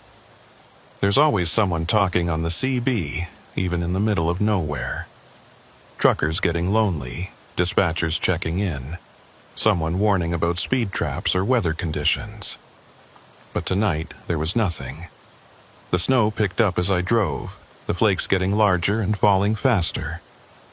My wipers struggled to keep the windshield clear, leaving smears of melted snow that refroze into patches of ice at the edges. I cranked the defroster higher and leaned forward in my seat, trying to see the road better. The county road had no streetlights, and my headlights only penetrated maybe 30 yards before the snow swallowed everything. It was like driving through a cloud, disorienting and claustrophobic in a way that made my chest feel tight. I'd been on the detour for about 20 minutes when I saw the lights ahead. A soft glow filtering through the storm, steady and warm. The unmistakable look of a gas station or truck stop. Relief washed over me. I could stop, use the bathroom, grab some coffee, maybe ask whoever was working about the road conditions and when the detour would end. The GPS showed nothing at this location, no businesses or towns marked on the map, but that wasn't unusual out here. Plenty of small, family-run stations that never bothered getting listed on mapping services. The station emerged from the snow like something out of another time. A single island with 2 pumps under a rusted metal canopy, a small building with the yellow light spilling from its windows, and a hand-painted sign that read Calder's Gas and Repair in faded letters. There were no other vehicles in the lot, no signs of recent activity in the snow, but the lights were on, and I could see movement inside the building. Someone was working the overnight shift. I pulled in slowly, my tires crunching over the accumulated snow, and parked near the pumps. The building looked old, maybe from the 70s or 80s based on the architecture, but well maintained. The paint was faded, but not peeling. The windows were clean, the door looked solid. I sat there for a moment with the engine running, studying the place, trying to figure out why it felt wrong. Nothing obvious, just a nagging sense that something was off about the whole setup. The door to the building opened and a woman stepped out, pulling a heavy coat around her shoulders.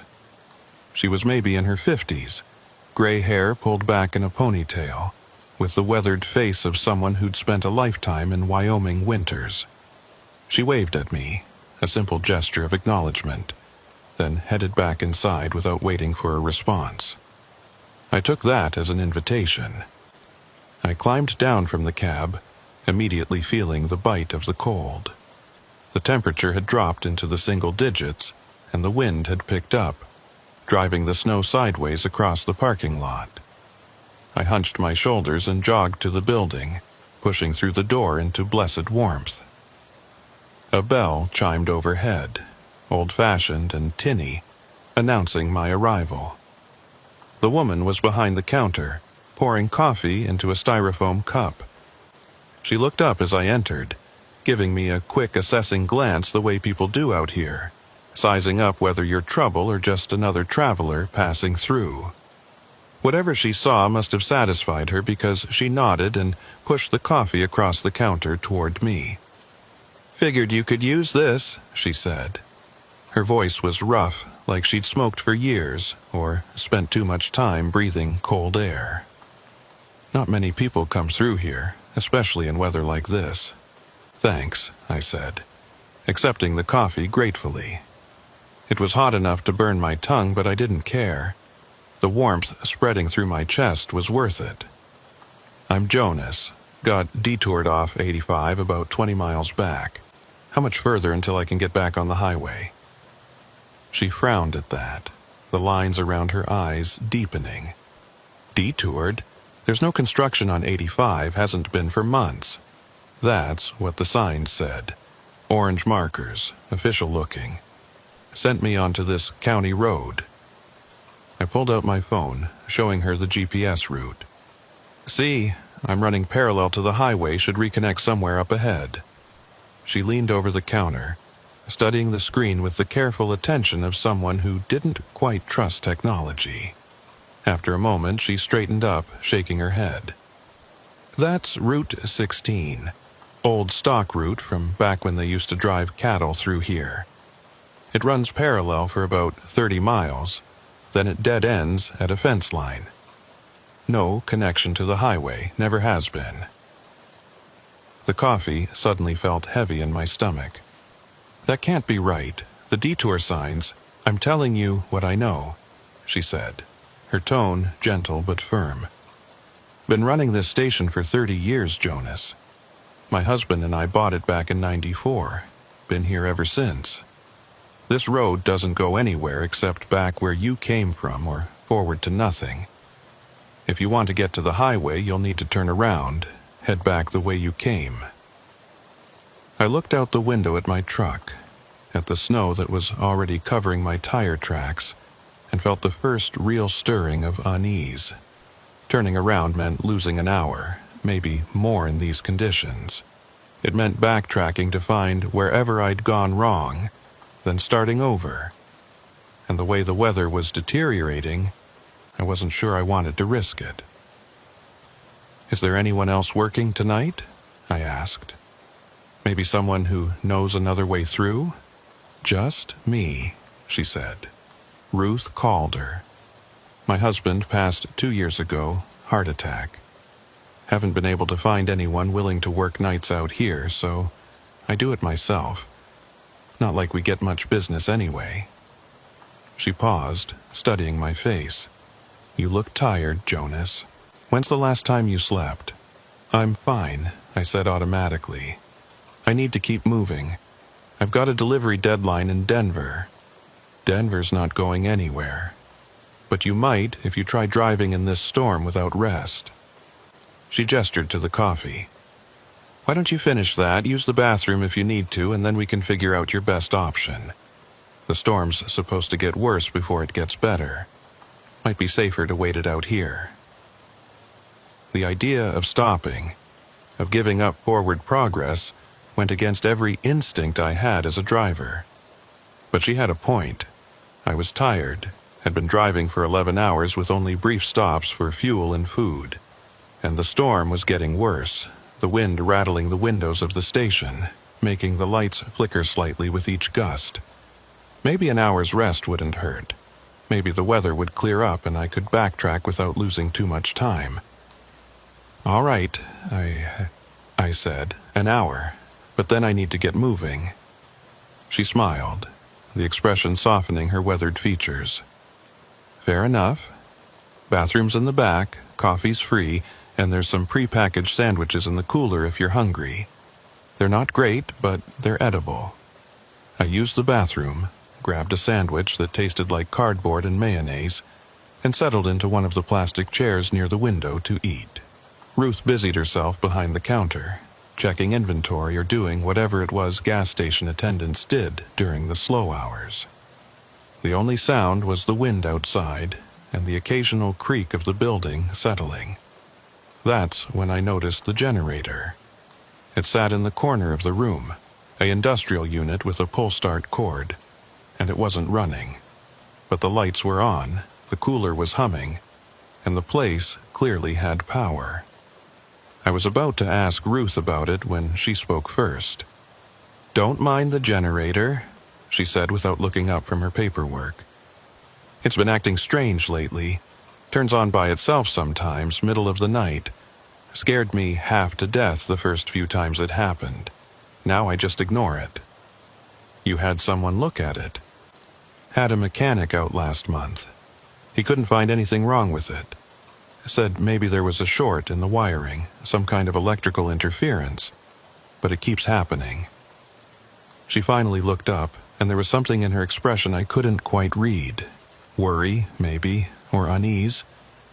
You ever feel like a place is trying to tell you something? Like it's got a message, but you can't quite make out what it's saying? I didn't know how to answer that, so I just shrugged and took another bite of my sandwich. But her words stuck with me, echoing in my head. A place trying to tell me something. What would a place need to say? And why would it choose to say it through a generator that turned itself on? The lights flickered again, and this time they went out completely for maybe 3 seconds before coming back on. Ruth cursed under her breath, looking at the ceiling like she could see through it to whatever was causing the problem. That's new, she muttered. The lights have been fine. It's always been just the generator. Maybe you should close up, I suggested. If the power's unstable, you could be at risk. And go where? I live in the apartment upstairs. This is home. Besides, the power'll hold. It always does. But she didn't sound convinced, and I noticed her hands were shaking slightly as she went back to her paperwork. I finished my sandwich and stood up, ready to tell her I was heading out, that I'd risk the backtrack rather than sit here in a place that felt increasingly wrong. But before I could speak, we both heard it, a sound from outside, cutting through the wind, a vehicle engine getting closer. Ruth moved to the window, peering out into the storm. I joined her, and we watched as headlights appeared on the road, coming from the direction I'd come from. The vehicle slowed as it approached the station, and I could make out the distinctive shape of a state patrol car. It pulled into the lot, parking near my truck, and the driver's door opened. A trooper climbed out, adjusting his hat against the wind, and headed for the station door. He was young, maybe late 20s, with the clean-cut look they all seemed to have. The bell chimed as he entered, bringing a swirl of snow with him. "Evening," he said, nodding to both of us. His name tag read Ellerman. "Either of you see any other vehicles come through here in the last hour?" "Just mine," I said. "I got detoured off Highway 85, been here maybe 20 minutes. Ellerman frowned. "There's no detour on 85. "Who told you there was?" "The signs," I said, feeling the unease grow stronger. "Orange construction signs, official looking, sent me onto this county road." "We didn't put up any signs," Ellerman said. "And this road, Route 16, it doesn't connect to anything. You're going to need to turn around, head back the way you came." He paused, looking between Ruth and me. "Actually, I'd recommend both of you clear out. We've got a severe weather warning in effect, and this area is going to be impassable within the hour. Miss Calder, you should close up and head home." "I am home," Ruth said quietly. Ellerman looked uncomfortable, like he wanted to argue but knew it wouldn't do any good. "All right, but you should know the highway's being closed at both ends. Nobody's getting in or out until this storm passes. You'll be on your own out here." That should have scared me more than it did. The idea of being stranded in an isolated gas station during a blizzard, cut off from the highway and any help, should have sent me running for my truck. But instead, I felt a strange calm, like some part of me had been expecting this, had known it was coming. Like this was exactly where I was supposed to be. "I'll wait it out here," I heard myself say. "No point trying to backtrack in these conditions. Better to sit tight until morning." Ellerman nodded slowly. "Your call, just be careful, both of you. And if anything happens, if you need help, you can try the radio, but I can't guarantee we'll be able to get to you." He handed Ruth a card with a phone number. "Emergency line. Use it if you have to." He left then, the bell chiming behind him, and we watched through the window as he climbed back into his patrol car. But instead of pulling out, he just sat there, engine running, lights on, but not moving, just sitting in the parking lot like he was waiting for something.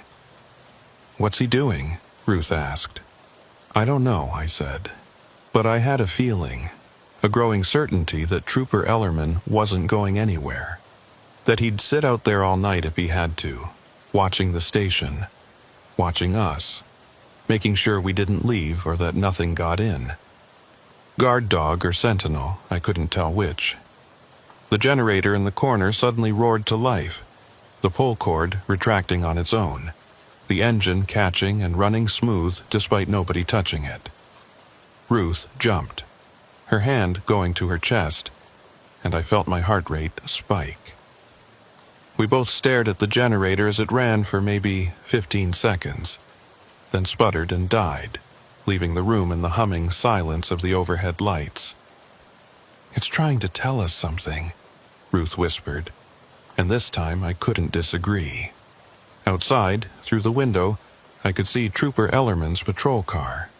The lights were still on, still pulsing that slow rhythmic pattern. But I couldn't see anyone inside. The driver's seat looked empty, the windshield dark despite the interior lights that should have been glowing. And even though I knew he'd just gotten in the car 2 minutes ago, even though I'd watched him climb inside and close the door, I couldn't shake the feeling that the patrol car had been empty for much longer than that.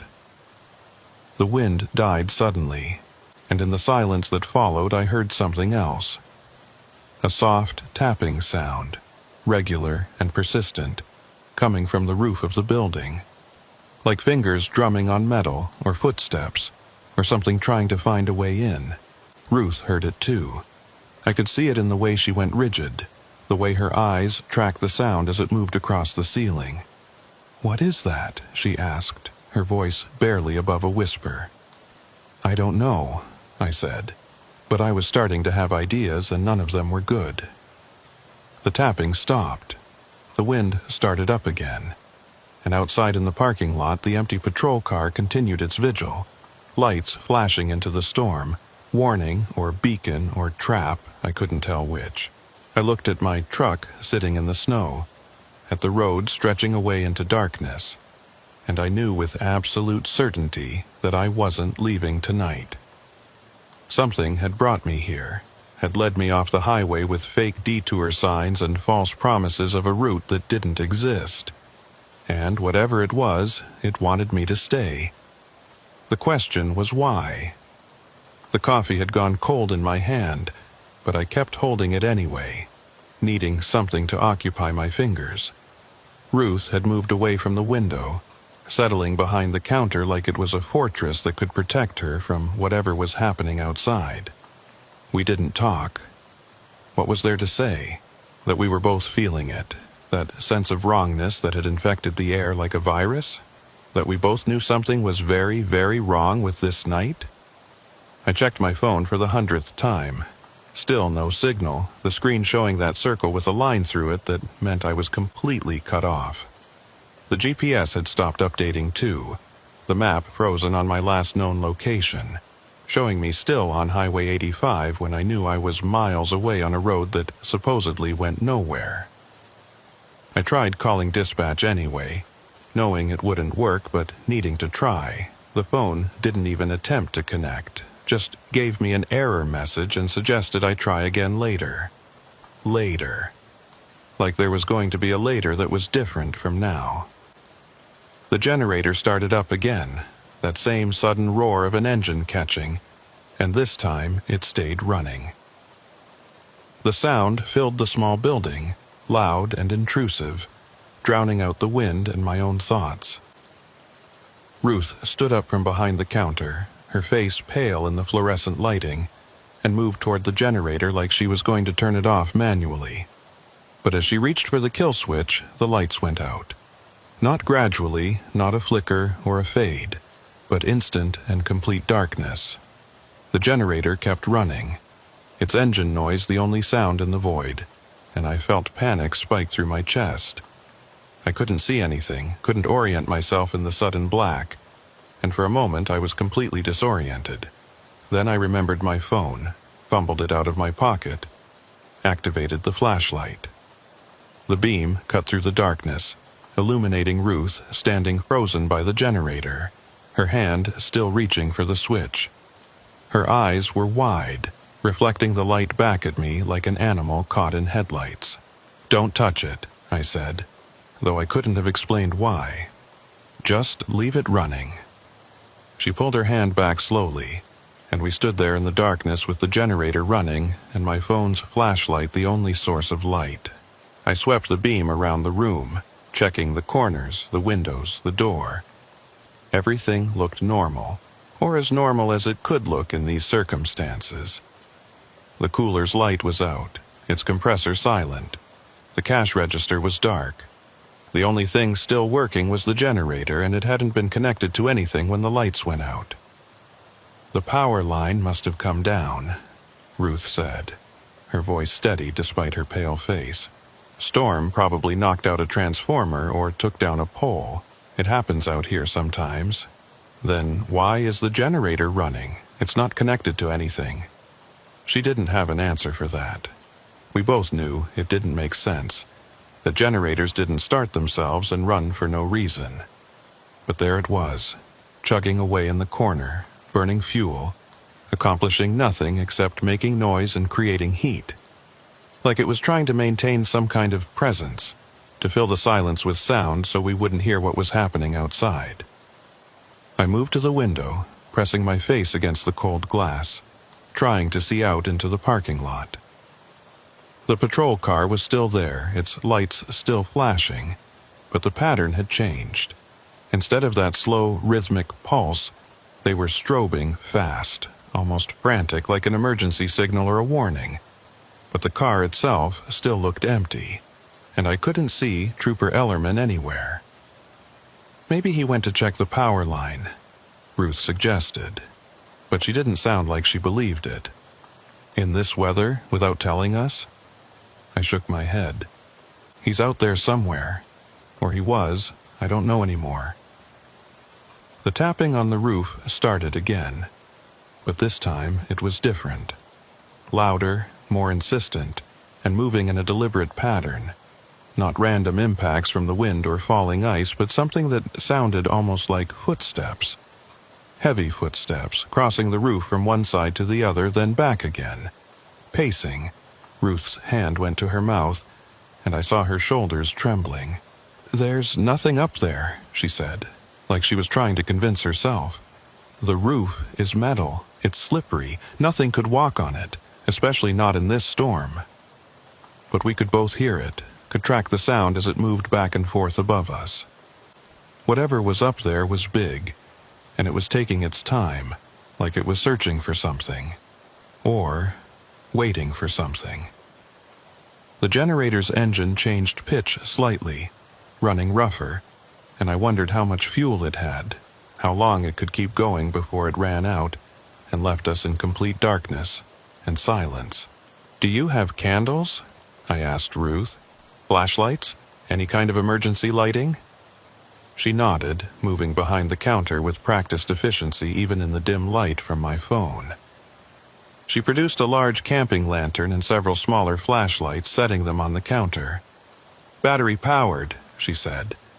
"Should last for hours if we need them." I helped her turn them on, arranging them around the room to create pools of light.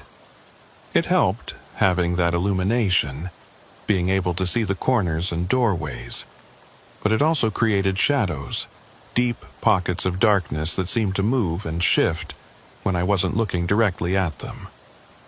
I told myself it was just the effect of multiple light sources, the way shadows naturally behaved. But I didn't quite believe it. My truck sat outside in the snow, and I thought about making a run for it. I could start the engine, turn on the heater, spend the night in the cab where I'd be mobile if I needed to leave. But something stopped me. The idea of opening that door, of stepping out into the storm with whatever was on the roof and whatever had happened to Trooper Ellerman, filled me with a dread so intense it made my hands shake. I was safer here, inside, with Ruth and the generator and the lights we'd managed to create. Or at least, that's what I told myself. "Tell me about this place," I said to Ruth, needing conversation, needing to hear a human voice that wasn't my own. "You said you've been here 30 years? She nodded, settling into one of the plastic chairs, her hands wrapped around a styrofoam cup of coffee she'd poured before the lights went out. 31 this spring. My husband Tom and I bought it from the previous owner, an old guy named Henderson who'd run it since the 50s. He was ready to retire, wanted to move somewhere warm, and we were looking for a change from city life. Seemed like a good fit. And it's been normal all that time?" She was quiet for a moment, her eyes distant. "Define normal. We've had quiet nights, sure, lots of them. Sometimes we'd go days without seeing another person, but there were always strange little things. Sounds we couldn't explain, equipment that would turn on by itself, Customers who'd stop in and then we'd never see them again, even though this is the only station for 40 miles in any direction. She paused, took a sip of cold coffee. Tom used to say the land remembered things, that places like this, isolated places where not much changes, they hold on to their history, keep it close like a secret. What kind of history? The usual. Native hunting grounds before settlers came through. Cattle drives in the 1800s. The old stock route that ran right where this road is now. There was a town here once, back in the 20s. Little place called Mercy, population maybe 200. Had a general store, a church, a few houses. Then the drought hit and everyone left. And now there's nothing except this station and some foundations you can barely see in the summer when the grass is tall. I thought about that. About a whole town disappearing, leaving nothing but foundations and memories. What happened to the people? Where did they go? Most of them moved on, found work in other places. But some of them stayed, or so the story goes. Refused to leave even when the water dried up and the crops failed. Tom found some old records at the county office once. Death certificates from 1934. 6 people died that winter, all in the same week. Hypothermia, starvation. One woman who just stopped eating according to the doctor's notes. She set down her coffee cup, her hands shaking slightly. They're buried out there somewhere, in ground too frozen to dig deep. Tom always said you could feel them on nights like this, watching, waiting. The wind hit the building hard, rattling the windows, and I heard something else underneath it. A low, moaning sound, like wind through a canyon or voices calling from a great distance. I tried to tell myself it was just the storm, just air moving past the building at odd angles, but it sounded too much like words, like someone trying to communicate through static. The generator coughed, sputtered, and died. The silence that followed was absolute, so complete it felt like a physical presence. I could hear my own heartbeat, could hear Ruth's breathing, could hear the creak and groan of the building settling. And underneath all of that, so faint I might have imagined it, I heard footsteps. Not on the roof this time. Outside, in the snow. Moving around the building in a slow circuit. "Do you hear that?" Ruth whispered. "Yeah," I said, though I wished I didn't. We sat there in the flickering light of the battery-powered lanterns, listening to those footsteps circle the building once, twice, 3 times.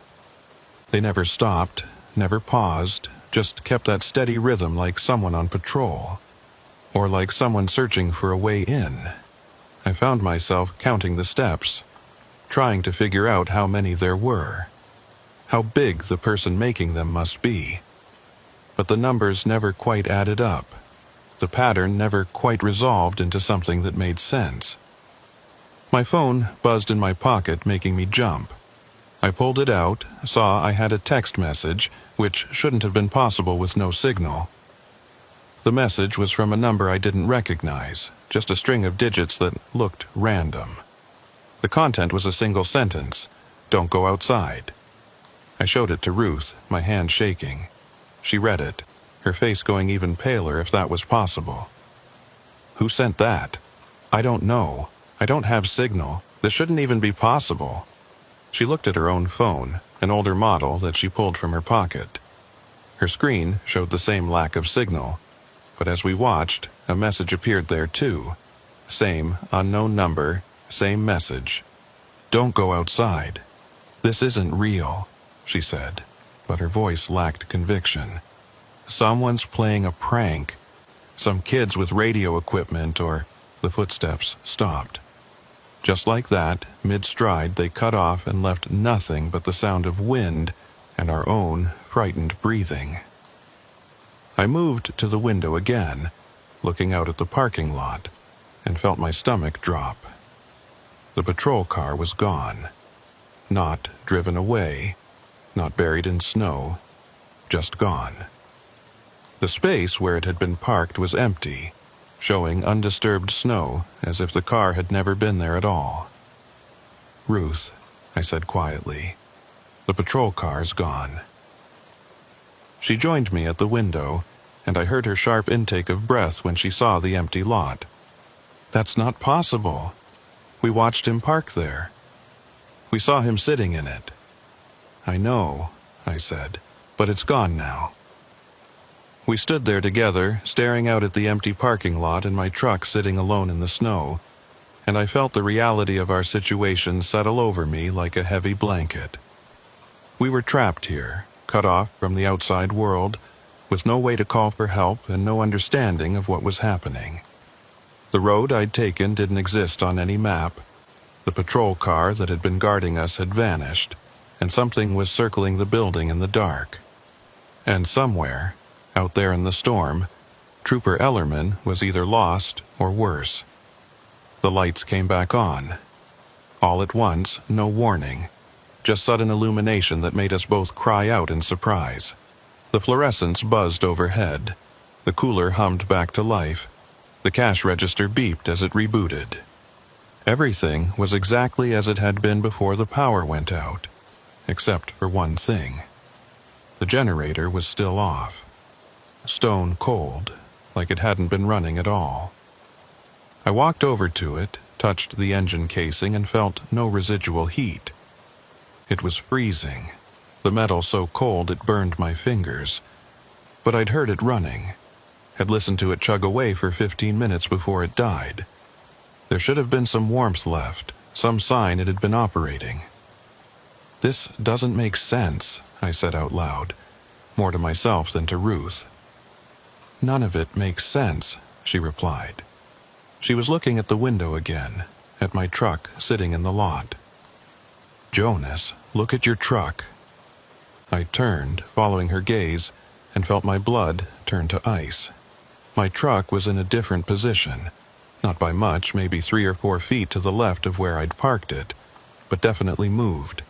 And in the snow around it, I could see shapes, not tire tracks or footprints, but impressions, like something had been pressing against the sides of the trailer, testing it, looking for a way in.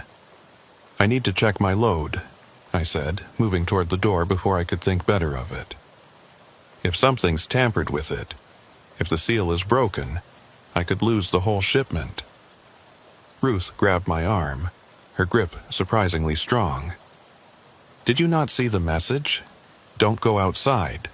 Whatever's out there, whatever made those marks, it's still close. I have to check. That's 42,000 pounds of equipment, worth more than I make in a year. If it's damaged, if I can't deliver it, I'm liable." I pulled free of her grip, gently but firmly. "I'll be quick. 2 minutes to check the seal, then I'm back inside." "Jonas, please." But I was already opening the door, already stepping out into the cold that hit me like a fist. The wind had died down, leaving the air still and frozen, and the snow had stopped falling. The silence was unnatural, oppressive, like the world was holding its breath. I could see my breath frosting in front of me, could feel the cold working its way through my jacket in seconds. I jogged to my truck, my boots crunching in the snow, and moved along the passenger side toward the trailer. The impressions Ruth had seen were still visible. Dark shapes pressed into the snow against the trailer's side. They looked like handprints, dozens of them, but wrong, too large, too many fingers, arranged in patterns that hurt to look at. I forced my eyes away from them, focused on the trailer doors. The seal was intact. The little plastic tag with its unique number still hung from the lock, unbroken, exactly as it should be. Relief washed over me. Whatever had been testing the trailer, it hadn't gotten inside. The load was secure. I could still make my delivery, assuming I ever got out of here. That's when I felt it. A touch on my shoulder, light and cold, like someone had pressed their hand against my jacket. I spun around, heart hammering, but there was nothing there. Just empty parking lot and falling snow that I was certain had stopped a moment ago, but was now coming down thick and heavy again. Another touch, this time on the back of my neck. I whirled again, and this time I saw something. A shape in the snow, barely visible, like a distortion in the air. Human-sized, but not human-shaped, moving closer with each second. I backed away, bumping into the trailer, and heard a sound that made my skin crawl. Breathing. Slow and deliberate, right next to my ear, but still nothing visible. I ran, didn't think, didn't plan, just bolted for the station door 20 yards away. Behind me, I heard footsteps in the snow matching my pace, staying close. I could feel its presence, could sense it reaching for me. And I knew if it touched me again, if it made solid contact, something very bad would happen. Ruth had the door open, was screaming at me to hurry, and I dove through the opening just as something brushed against my back. The door slammed shut behind me, Ruth throwing her weight against it, and we heard a thump as whatever had been chasing me hit the other side. Then silence. I lay on the floor, gasping, my heart racing so fast I thought it might burst. Ruth was shaking, her back still pressed against the door, her eyes wide with terror. "What was that?" she asked. "What did you see?"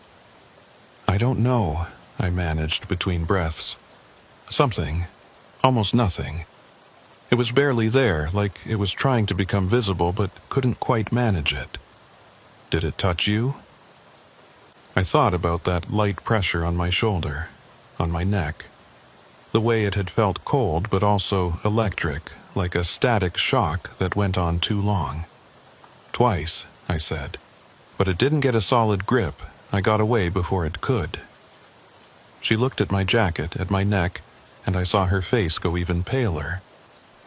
"Jonas, your coat." I looked down and saw what she was seeing. Where the thing had touched me, the fabric of my jacket had changed. It was covered in frost, ice crystals spreading out from two distinct handprint shapes, growing even as I watched. The frost was getting thicker, harder, spreading down my sleeve and across my back. I ripped the jacket off, threw it across the room, and watched as the frost continued to grow, covering the entire garment in a matter of seconds until it was rigid and frozen solid. "What the hell is happening?" I asked, though I didn't expect an answer. Ruth was looking at the window, at something outside, and when she spoke, her voice was flat and distant. "They're here," she said. "All of them. Everyone who stayed when Mercy died. They've been out there all along, waiting, and now they want in." I moved to the window to see what she was seeing, and immediately wished I hadn't. The parking lot wasn't empty anymore. It was full of shapes, dozens of them, barely visible in the falling snow. Human-shaped, but wrong, moving with an unnatural stillness, all facing the station, all watching us. And in the middle of them all, standing next to my truck, I saw Trooper Ellerman, or what used to be Trooper Ellerman. He was covered in that same frost I'd seen on my jacket, ice growing on his uniform. His face frozen in an expression of shock and horror. He was looking right at me, and his mouth was moving, forming words I couldn't hear through the glass. Ruth grabbed my arm, pulled me away from the window. "Don't look at them, don't make eye contact. Tom told me that once, back when he was still alive. On nights when he felt them watching, he'd close all the curtains and refuse to look outside. Said if you looked at them too long, they'd know you could see them and then they'd never leave you alone." "I think it's a little late for that," I said, but I let her pull me away from the window anyway. The building shook. Not from wind, but from impact, like something large had thrown itself against the wall. Then another impact, and another coming from different directions. The shapes outside were testing the structure, looking for weak points, trying to find a way in. And judging by the way the walls were creaking, by the way the windows were rattling in their frames, they were going to succeed. "The generator," Ruth said suddenly. "When it runs, they can't get in. I don't know why, but Whenever it starts on its own, that's when they're closest, like it's keeping them out somehow. Then start it, I said, moving toward the machine. Get it running now before they break through. She joined me, and together we grabbed the pull cord. It wouldn't budge. We tried again, putting our whole weight into it, but the cord was frozen solid, locked in place like it had been welded there. The generator sat silent and useless, and the impacts on the walls were getting stronger, more frequent. Something was going to give way soon, and then we'd be completely exposed. My phone buzzed again. Another message, same unknown number. The basement. Go down. Do you have a basement? I asked Ruth. She nodded slowly. Under the counter. Trapdoor leads down to a root cellar Tom built when we first bought the place, but it's tiny, barely 6 feet square. We haven't used it in years. Show me. We ran to the counter, and Ruth pulled away a worn rug to reveal a wooden trapdoor with an iron ring. I grabbed the ring and pulled, and the door came up easily, revealing a wooden ladder descending into darkness. The smell that came up was old and musty, earth and cold and something else I couldn't identify. But it was shelter, and right now that was all that mattered. Go, I said to Ruth. I'll follow you down. She hesitated, looking at the trapdoor like it was a grave she was being asked to climb into. But another impact hit the wall, this one hard enough to crack one of the windows, and that decided her.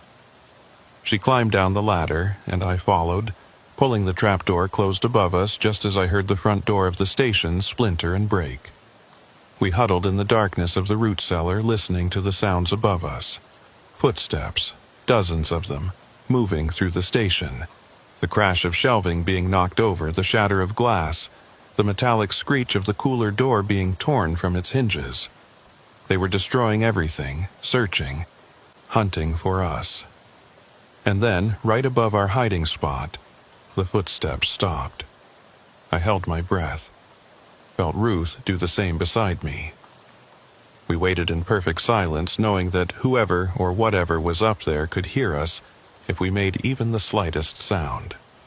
The trapdoor creaked, just a little, like someone was testing its weight, seeing if it would hold. Ruth's hand found mine in the darkness, gripped it tight enough to hurt. The trapdoor creaked again, and I saw a thin line of light appear around its edges as it began to lift. Then the generator started.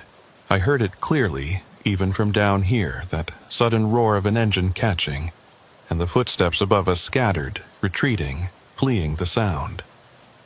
The trapdoor settled back into place, and the sounds of destruction stopped. We waited in the dark, holding hands, listening to the generator run somewhere above us. And for the first time in hours, I felt something that might have been hope. Maybe we'd survive this night after all. We stayed in the basement for what felt like hours but was probably closer to 30 minutes. The generator kept running, its steady engine noise filtering down through the floorboards above us, and gradually the sounds of movement in the station ceased. Either the things outside had left, or they were waiting, patient and silent, for the generator to stop running again. Ruth still held my hand, and I could feel her trembling. My flashlight app was still on, providing just enough light to see the cramped space we'd taken refuge in. The root cellar was exactly as she'd described, 6 feet square, maybe 7 feet deep, with earthen walls and a dirt floor. Wooden shelves lined 2 walls, holding dusty mason jars filled with what looked like preserved vegetables from years ago. Some of the jars had broken, their contents rotted into dark sludge that gave off a faint smell of decay. "My husband built this," Ruth said quietly, breaking the silence. "Said every station needed a safe place, somewhere to hide if things went bad. I always thought he meant robbers or criminals, people passing through with bad intentions. Never imagined." She trailed off, unable or unwilling to finish the thought. "How long have they been out there?" I asked. "The things from Mercy. How long have you known about them?" She was quiet for a long moment, and when she spoke her voice was distant, like she was remembering something she'd tried very hard to forget. "The first time I saw them was about 6 months after we bought the station. Late winter night, a lot like tonight. Tom and I were both working, and the generator started up on its own like it's been doing lately.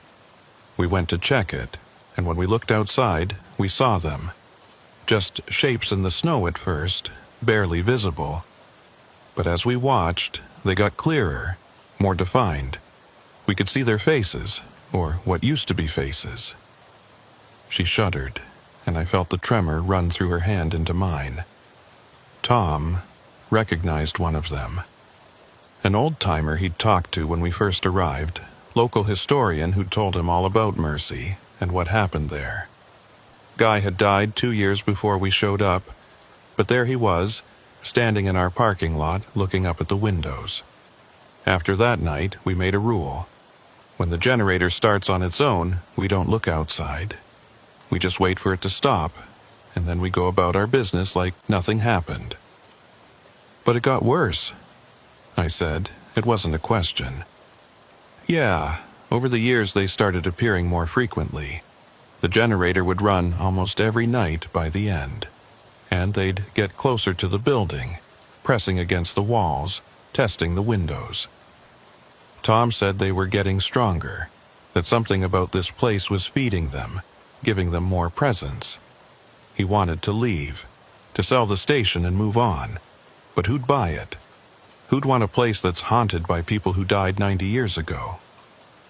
A sound from above made us both freeze. Footsteps again, but different this time. Heavier, more deliberate. Human footsteps. Someone walking across the floor with purpose, heading toward the counter where the trapdoor was hidden. Ruth's grip on my hand tightened to the point of pain. "Ruth," a male voice called out. "Ruth, are you down there? It's me. It's Troy Ellerman. The station's clear now. It's safe to come up." We didn't move, didn't respond. Because I'd seen Trooper Ellerman outside, covered in frost, his face frozen in that horrible expression. Whatever was calling to us now might sound like him, might even believe it was him, but it wasn't. It was something else wearing his voice like a disguise. "I know you're down there," the voice continued. "I can hear you breathing. You need to come up now, Ruth. The basement isn't safe. The walls are starting to collapse. You'll be buried if you stay down there." I looked at the earthen walls surrounding us. They looked solid, stable, exactly as old as they should be without any signs of imminent collapse. It was lying, trying to scare us into revealing ourselves. "Please," the voice said, and now it had taken on a pleading quality that might have been convincing if I hadn't known better.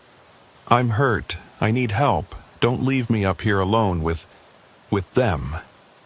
Ruth pulled her hand free from mine and covered her mouth like she was trying to hold back a sob or a scream. I understood the impulse. There was something deeply wrong about hearing a familiar voice twisted into something alien, something that wanted to trick us into exposing ourselves to whatever fate had befallen the real Trooper Ellerman. The footsteps moved away from the trapdoor, crossing the floor toward the door. We heard it open, heard the wind rush in, and then silence. Either the thing had left, or it was trying to make us think it had left. I wasn't sure which was worse. "We can't stay down here forever," I whispered to Ruth. "Eventually, the generator will run out of fuel, and then what? We're trapped down here with no escape route and no way to defend ourselves." "I know," she whispered back, "but I don't know what else to do. Every time we go up there, every time we try to leave or call for help, something stops us. It's like we're caught in a trap that we can't even see, and the more we struggle, the tighter it gets." My phone buzzed, making us both jump in the confined space. I pulled it out, saw another message from that unknown number. "The generator will run for 16 more minutes. When it stops, they will come for you. There is a way out, but you must move now. I showed the message to Ruth. She read it, her expression cycling through confusion, fear, and finally something that might have been desperate hope. "Who's sending these?" she asked. "Who even knows we're down here?" "I don't know, but they've been right so far. Don't go outside, go to the basement." Both of those messages kept us alive. Maybe we should listen to this one too. What way out? There's only one exit from this cellar, and it leads right back into the station where those things are waiting. I pointed my flashlight around the cellar, examining the walls more carefully. The earthen sides were packed hard from decades of compression, but in one corner, behind a set of old wooden shelves, I thought I saw something. A darker patch, like the earth was disturbed there. I moved closer, pushing the shelves aside with a screech of wood on wood that made us both wince. Behind the shelves was a wooden door, old and weathered, set into the earthen wall. It looked like it had been there for a very long time, maybe since before the station was built. Certainly before Ruth and her husband had bought the place. I tried the handle, felt it turn, and pushed. The door opened inward, revealing a tunnel that extended beyond the reach of my flashlight. "Did you know this was here?" I asked Ruth. She shook her head, her eyes wide. "Tom never mentioned it. He built this cellar himself, or I thought he did. But that tunnel, it looks older, much older." We stood there looking at the dark opening, knowing we had maybe 15 minutes before the generator stopped, and whatever protection it offered disappeared. Behind us, above us, the things from Mercy waited. Ahead of us, in the tunnel, who knew what waited? Neither option was good, but at least the tunnel offered the possibility of escape. "We have to try," I said. Ruth nodded slowly. "You go first. I'll follow." I climbed into the tunnel, having to crouch immediately as the ceiling was low, barely 4 feet high. The walls were earthen, but reinforced with old timber beams that looked like they might have been part of the original town. The air smelled of damp earth and something else, something organic and old. I moved forward carefully, testing each step, with Ruth close behind me.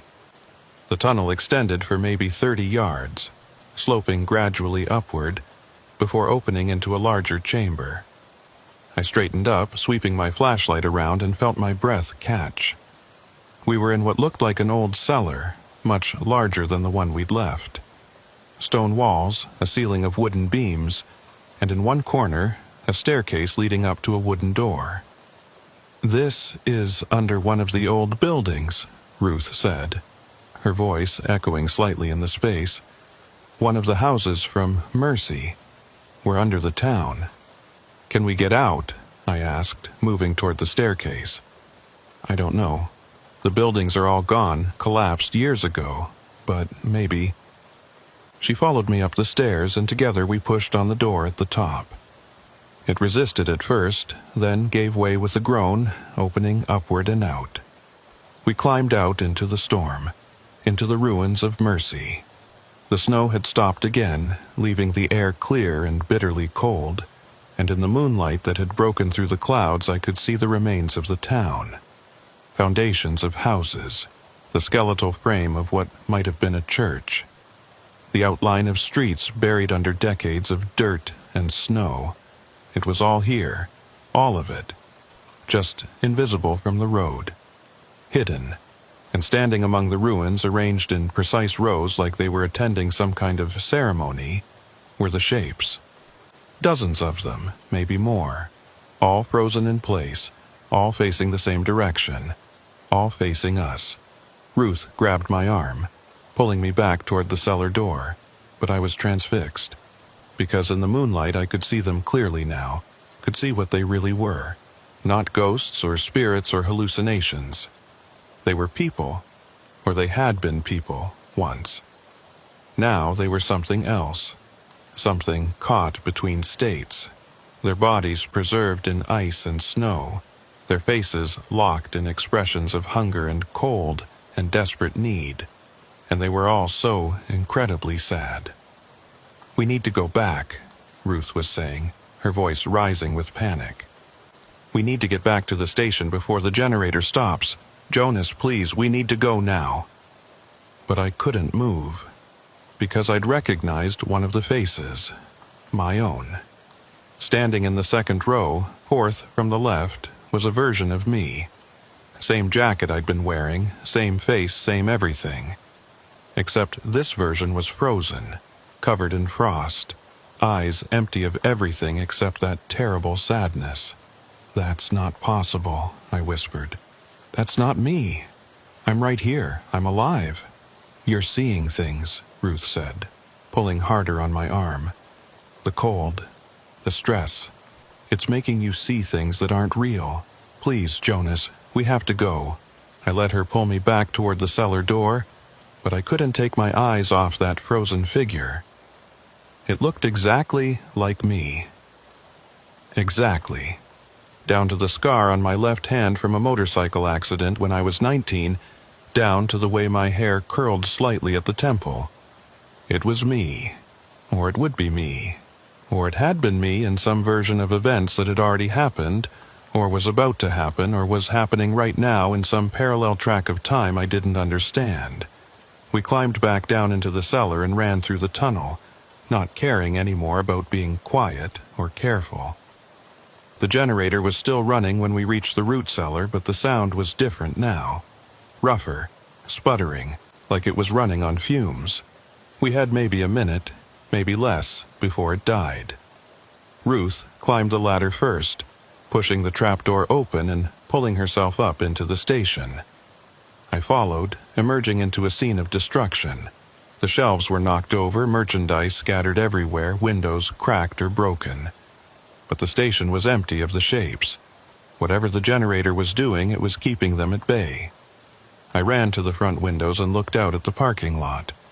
My truck was still there, still in that position it had been moved to, and arranged around it, in perfect rows just like they'd been in the ruins of Mercy, were the shapes. All of them. Waiting. The generator coughed, sputtered, and died. The sudden silence was deafening, and in that silence I heard a sound that made my blood run cold. Footsteps. Not on the roof this time, not outside. Inside the station, coming from the back room, moving toward us with slow deliberation. "Get to your truck," Ruth said, her voice steady despite the fear in her eyes. "Start it, leave, don't look back. What about you? This is my place, has been for 30 years. I'm not leaving it, not for them, not for anything." She moved behind the counter, reaching under it, pulling out an old shotgun. "Go, before they get here. I can't just leave you." "Yes, you can, and you will.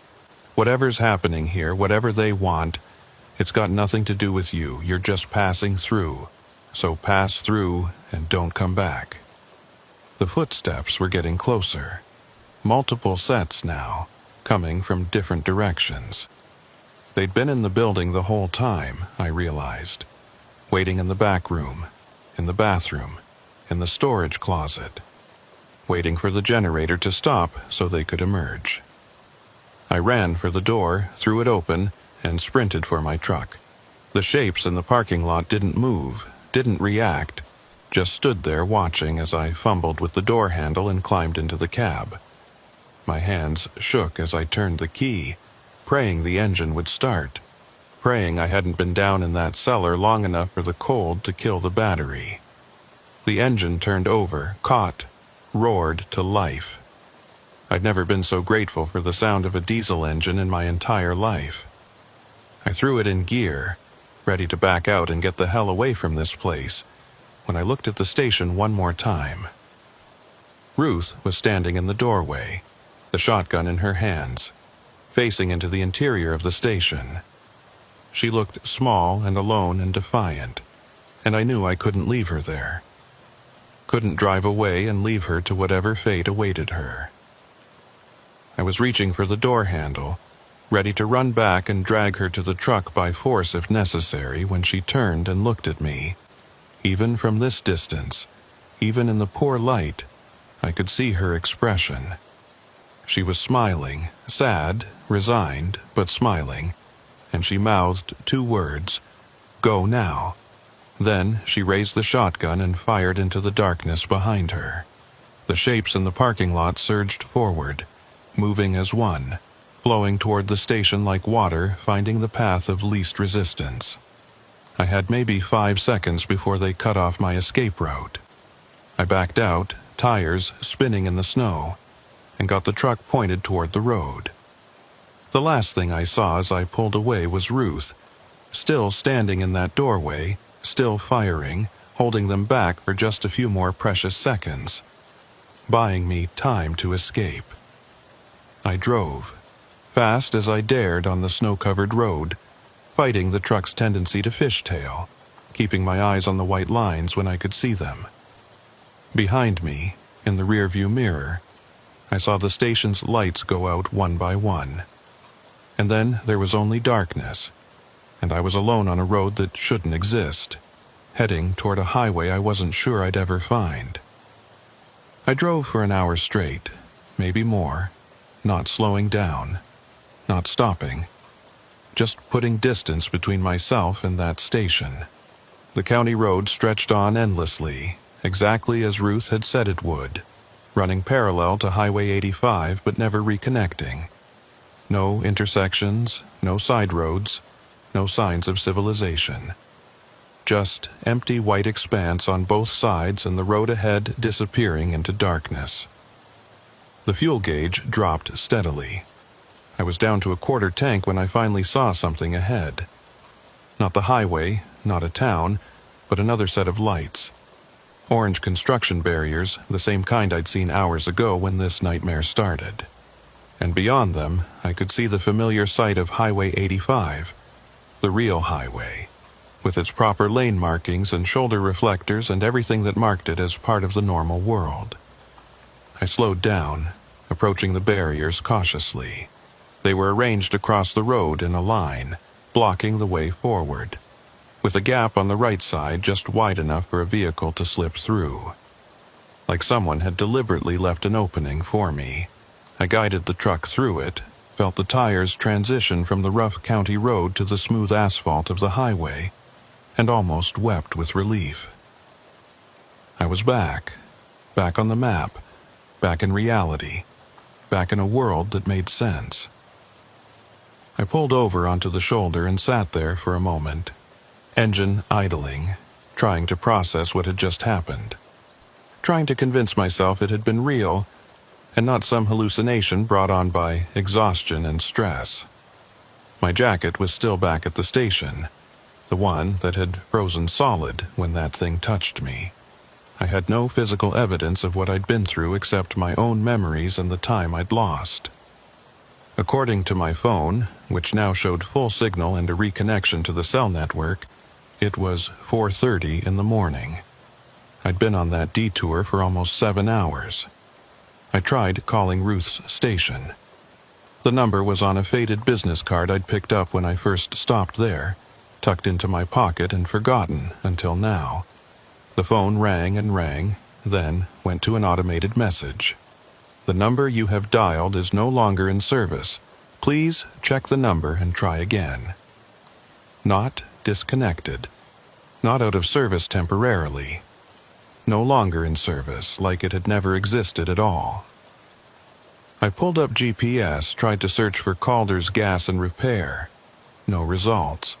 Tried gas stations on Route 16, Wyoming. The map showed Route 16 as a thin gray line, marked as unmaintained, with no services or buildings indicated along its entire length. According to the database, there was nothing there. Had never been anything there. But I'd been there. I'd talked to Ruth, had drunk her coffee, had hidden in her basement and climbed through that tunnel and seen those terrible frozen shapes in the ruins of Mercy. It had been real. All of it, hadn't it? My phone rang, making me jump so hard I hit my head on the ceiling of the cab. The caller ID showed unknown number, the same designation as all those text messages I'd received. I answered it, brought the phone to my ear, and waited. Static greeted me, thick and heavy, the kind that makes you wonder if the line is even connected. Then, through the interference, I heard a voice. Ruth's voice, distant and distorted but unmistakably hers. "Jonas," she said, "can you hear me? Ruth, where are you? What happened after I left? I'm where I've always been, where I'll always be. The station's not just a place, Jonas, it's a moment. A piece of time that got stuck, that couldn't move forward or backward, and I'm stuck with it. That doesn't make sense. You can leave, you can just close up and walk away. No, I can't. Tom tried once, did I tell you that? After the first few years of strange happenings, he decided he'd had enough. Packed a bag, got in his car, drove away. Made it about 5 miles before the road just looped back. He'd think he was heading south toward Cheyenne, but somehow he'd end up back here. Tried it 6 times in 1 week before he gave up. The station wouldn't let him leave. And then he died, and I realized I couldn't leave either. Not physically, maybe not ever. "I'm coming back," I said, already reaching for the gear shift. "I'm going to get you out of there. Find some way to break whatever's holding you. Don't, please, Jonas, you made it out. You're free. That's more than most people who find this place can say. Don't throw that away trying to save someone who's already gone. You're not gone. You're right there on the phone. You're talking to me. I'm an echo," she said softly. "A recording that plays when someone needs to hear it." The real Ruth Calder died 2 years ago. Same heart attack that killed my husband. They found us in the station, both of us behind the counter. Both of us frozen solid even though it was July and the heater was running. The police report said carbon monoxide poisoning. Said the generator had been running in the building and the fumes built up, but that's not what really happened. I felt cold spreading through my chest. The same cold I'd felt when that thing touched me in the parking lot. Then what did happen? We stayed too long, gave too much of ourselves to this place, and eventually it claimed us completely. Now we're part of it. Tom and me and everyone else from Mercy who refused to leave when they should have. We're all still here, Jonas, waiting for travelers who take wrong turns, who follow detour signs that shouldn't exist, who stop at stations that aren't on any map. "Why?" I asked. "What's the point? Why trap people? Why any of this?" "Lonely places get hungry," Ruth said. "Empty places need to be filled. Route 16 used to be something, used to have a purpose. Now it's just a ghost road, and ghost roads need ghost travelers to keep existing. You were supposed to stay, Jonas, supposed to join us, but you got away, and that's—" She paused, and I thought I heard something like pride in her voice. "That's good. That's how it should be." "The message that told me about the tunnel," I said. "That was you?" "Me and others. The ones who still remember what it's like to be human, who still want people to escape even if we can't. We're not all monsters here, Jonas. Some of us are just trapped, and we do what we can to help." The static was getting worse, her voice breaking up into fragments. "Ruth, are you still there?" "Have to go." Her words barely audible now. "They're coming. The sun's almost up and they don't like the light. Ruth, drive safe, Jonas. Watch the weather. And if you ever see another detour sign on Highway 85... The static surged, drowning out her words completely. Then the line went dead, and I was alone again in my cab with the engine running and the dawn beginning to break on the eastern horizon. I sat there for a long time, watching the sky lighten, trying to decide if I believed what I'd just heard. Part of me wanted to dismiss it as impossible, as stress-induced hallucination or elaborate prank. But another part of me, the part that had seen those frozen shapes in the ruins and felt that cold touch in the parking lot, knew it was true. All of it. Ruth Calder was dead. had been dead for 2 years, and I'd spent an evening talking to her ghost, drinking coffee she'd poured from memory, hiding in a basement that might not exist anymore. The whole experience had been a message from something that existed in the spaces between normal reality, reaching out to catch travelers who strayed from the path. I should have been terrified, should have been racing to the nearest town to report what happened, to warn people about the phantom detour and the deadly station. But instead I felt a strange sense of peace. I'd been given a gift in a way, a glimpse into something most people never see, a brush with the inexplicable that I'd survived.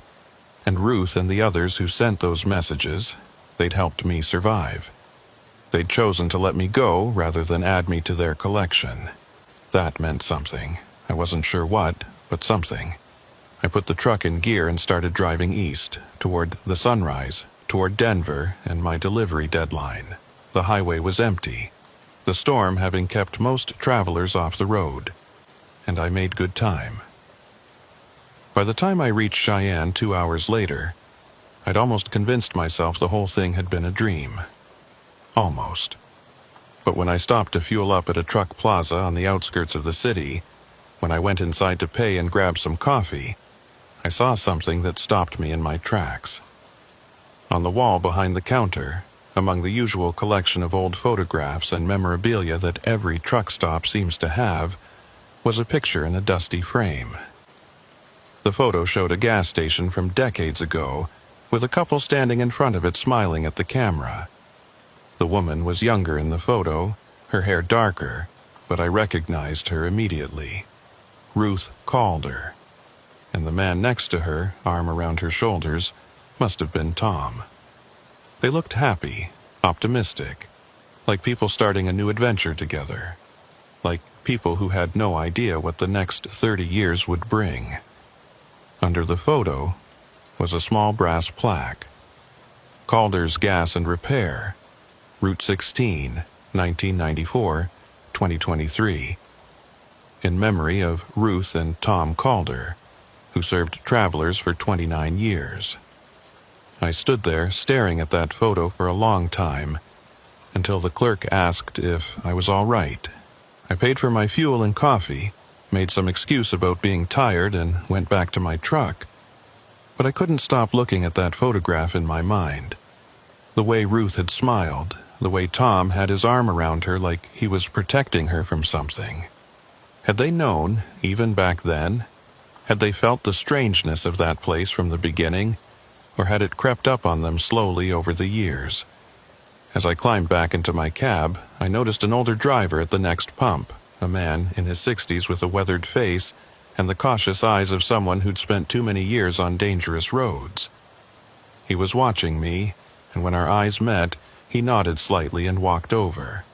"You all right, son?" he asked. "You look like you've seen something you weren't meant to see." I almost brushed him off, almost told him I was fine, and drove away. But something in his expression, some understanding or recognition, made me hesitate. "You ever drive Route 16?" I asked. The old, stock route that runs parallel to 85. His expression changed instantly. The casual concern vanished, replaced by something harder and more wary. "Once," he said quietly. 20 years ago. Never again." He looked around the parking lot like he was checking to make sure no one else was listening. "You stopped at the station, didn't you? Calder's place. How did you know?" "Because I did the same thing, different storm, different year, but the same detour signs, the same phantom exit. I spent 4 hours in that station with Ruth and Tom, and when I finally got back to the highway, I looked them up." He paused, his jaw working like he was chewing on something bitter. "They'd been dead for 3 years when I met them. Carbon monoxide," the report said. "But you and I both know that's not what killed them." A chill ran through me that had nothing to do with the winter morning. "What do you think it was?" "The road," he said simply. "That whole stretch is cursed, has been since Mercy died. The people who refused to leave, who stayed until the cold and hunger took them, they're still there in some form. And they pull in travelers, try to make them stay too. I think Ruth and Tom fought it for years, tried to help people escape like they helped you and me, but eventually the place claimed them anyway. Did you... I hesitated, not sure how to ask. Did you see yourself there? Among the frozen shapes? His eyes widened slightly, and I knew I'd struck a nerve. In the ruins, yeah. I saw a version of me standing there with the others. Tom told me it was a warning, showed what would happen if I stayed too long. I got out that night and never went back. He looked at my truck, at the load I was carrying. You're headed to Denver. Yeah, delivery by noon. Then you better get moving. And when you're done, when you're heading back north, take a different route. Take 25 through Colorado, or go west to Utah and come up through Idaho. Don't go near 85 in Wyoming, don't even think about it. I wasn't planning to. Good, because here's what they don't tell you about that place. He leaned in closer, his voice dropping to barely above a whisper. It marks you. Once you've been there, once you've seen it and escaped, it knows you. And sometimes, on certain nights when the weather's bad and you're driving alone, you might see those orange detour signs again. Different road, different state, but the same signs, and if you follow them... He trailed off, shaking his head. Just don't. No matter how much you want to know what happened to Ruth, no matter how curious you get, don't ever go back. He walked away then, climbed into his own truck and pulled out of the parking lot without another word. I stood there watching him go, feeling the weight of his warning settle over me like a heavy coat. He'd lived with this knowledge for 20 years, had spent 2 decades avoiding certain roads, watching for signs that might lead him back to that place. And now I was going to do the same. The drive to Denver felt surreal. Everything looked normal. The highway, the other vehicles, the gradual transition from Wyoming's high plains to Colorado's Front Range. But I couldn't shake the feeling that I was seeing it all through a film, like reality had become slightly transparent and I could see the shapes moving underneath it. Every exit sign made me flinch. Every construction warning made my hands tighten on the wheel. I kept expecting to see those orange barriers again, kept expecting the road to loop back on itself and deposit me right back at Calder's station. But it didn't. The highway stayed normal. The miles accumulated normally, and by 10 a.m. I was backing into the loading dock at the distribution center in Denver. The workers who unloaded my trailer didn't notice anything wrong with me, didn't see the exhaustion in my eyes or the tremor in my hands. They just wanted the equipment, wanted to check it off their inventory list and get on with their day. I watched them unload piece by piece and found myself thinking about those handprints in the snow around my trailer, the shapes that had been testing it, looking for a way in. Had they been trying to contaminate my load somehow? Or had they just been curious, drawn to the warmth and motion of a living person's truck? I'd never know. The paperwork took an hour. Signatures, bills of lading, confirmation of delivery times and condition of cargo. All the bureaucratic necessities that turned freight hauling from an adventure into a job. By the time I was done, it was almost noon, and I was so tired I could barely keep my eyes open. I should have found a hotel, should have slept for 12 hours and started fresh the next day. But the idea of staying in Denver, of being stationary and vulnerable while whatever had marked me decided what to do about it, was unbearable. I fueled up, grabbed a thermos of coffee and a sandwich I wouldn't eat, and headed back out onto the interstate. But not north. Not toward Wyoming. Instead, I went west on I-70, toward the mountains, planning to loop through Utah and come back to Bismarck from the other direction. It would add 2 days to my trip, would cost me in fuel and time, but I didn't care. The old driver's warning echoed in my head. Take a different road. The mountains were beautiful in the winter sunlight, snow-covered peaks gleaming against a sky so blue it hurt to look at. I drove through tunnels blasted through solid rock, crossed valleys so deep and vast they seemed to swallow the highway whole, past ski resorts and mining towns and all the ordinary wonders of the American West. And slowly, mile by mile, the tension in my chest began to ease. Maybe it was over. Maybe I really had escaped. Maybe Route 16 and Calder's Station and all those frozen shapes in Mercy were behind me for good, relegated to memory and nightmare. I wanted to believe that. Needed to believe it. I made it to Grand Junction by evening, pulled into a truck stop, and finally allowed myself to stop. The parking lot was full of other trucks. The restaurant was crowded with drivers eating dinner and swapping stories, and everything felt blessedly, wonderfully normal. I ate a meal that actually tasted like food, took a shower that actually made me feel clean, and climbed into my sleeper berth with the intention of sleeping for at least 8 hours. But sleep wouldn't come. Every time I closed my eyes, I saw Ruth standing in that doorway with her shotgun. Saw Trooper Ellerman covered in frost, his mouth forming words I couldn't hear. Saw myself standing in the ruins of Mercy, frozen and sad and forever waiting. The images cycled through my mind like a slideshow, and when I finally did drift off around midnight, my dreams were worse.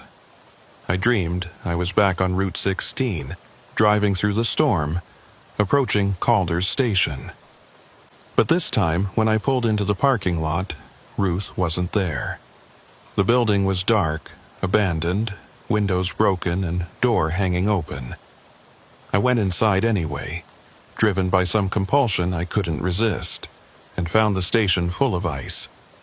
Not just frost or cold, but actual ice, coating every surface, hanging from the ceiling in massive stalactites, covering the floor in a slick sheet that reflected my flashlight beam back at me in fractured patterns, and in the ice I could see shapes, preserved like insects in amber, dozens of them, maybe hundreds, all the travelers who'd stopped here over the years, all the ones who hadn't escaped. They were arranged throughout the station like decorations, their faces visible through the translucent ice, their eyes open and aware and screaming silently. I tried to run, but my feet wouldn't move. Looked down and saw that ice was growing up my legs, spreading with impossible speed, and I realized I was joining them, becoming another decoration in this frozen museum of the lost. I woke up gasping, tangled in my blanket, my heart racing so fast I thought I might be having a heart attack. The sleeper berth was dark and warm and safe, but I couldn't shake the feeling of that ice creeping up my legs. I turned on the light, checked my legs to make sure they were fine, and sat there for a long time trying to calm down. Just a dream. Just stress and trauma manifesting in my subconscious. It didn't mean anything. But when I finally climbed out of the sleeper and got ready to start driving again, when I looked in the small mirror mounted on the wall, I saw something that made my blood run cold. There, on my neck, right where that thing had touched me in the parking lot, was a mark. Not a bruise or a scratch, but something else. A pattern of frost, delicate and intricate, like someone had drawn on my skin with ice crystals. It was small, no bigger than a silver dollar, but it was there. Proof that what had happened on Route 16 was real. I touched it with trembling fingers, felt normal skin temperature, normal texture. But the pattern remained visible, a permanent reminder of my brush with whatever existed in that strange space between roads. I pulled my collar up, hiding it from view, and told myself it would fade. That it was just temporary, just a reaction to cold or stress or something. But deep down, I knew better. The old driver had said the place marked you. And here was my mark, worn on my skin like a brand, announcing to anything that cared to look that I'd been touched by the ghosts of Route 16. I drove west through Utah, trying to put as much distance as possible between myself and Wyoming. The mark on my neck didn't fade. If anything, it seemed to get more defined over the next few days, the pattern becoming clearer, more intricate. I kept it covered with high collars and bandanas, told anyone who asked that I'd gotten a rash from new laundry detergent. Nobody questioned it. Why would they? But I questioned it. Questioned what it meant, what it was doing to me. Whether it was slowly spreading or changing, or preparing me for something I didn't want to think about. At night, alone in my sleeper berth in different truck stops across Utah and Idaho, I'd examine it in the mirror, trying to understand the pattern. It looked almost like a map, I realized. Lines and curves and intersections that might have been roads if you looked at them right. And one night, 3 days after leaving Denver, I got curious enough to trace the pattern onto a piece of paper. Then I compared it to a map of Wyoming. My hands started shaking when I saw the match. The pattern on my neck was Route 16, an exact miniature representation of that cursed road, etched into my skin like a permanent reminder of where I'd been. I was marked, branded, and somewhere out there, in a station that existed and didn't exist on a road that went nowhere, something knew exactly where I was. The question was, what was it going to do about it? I made it back to Bismarck eventually, taking the long way through Montana, adding 4 days and 1,000 miles to my trip. My dispatcher asked why I'd taken such a roundabout route, and I told her I'd wanted to see some different country, needed a change of scenery. She accepted the explanation without comment, probably just glad I was back and available for new loads. But I wasn't the same driver who'd left 2 weeks ago.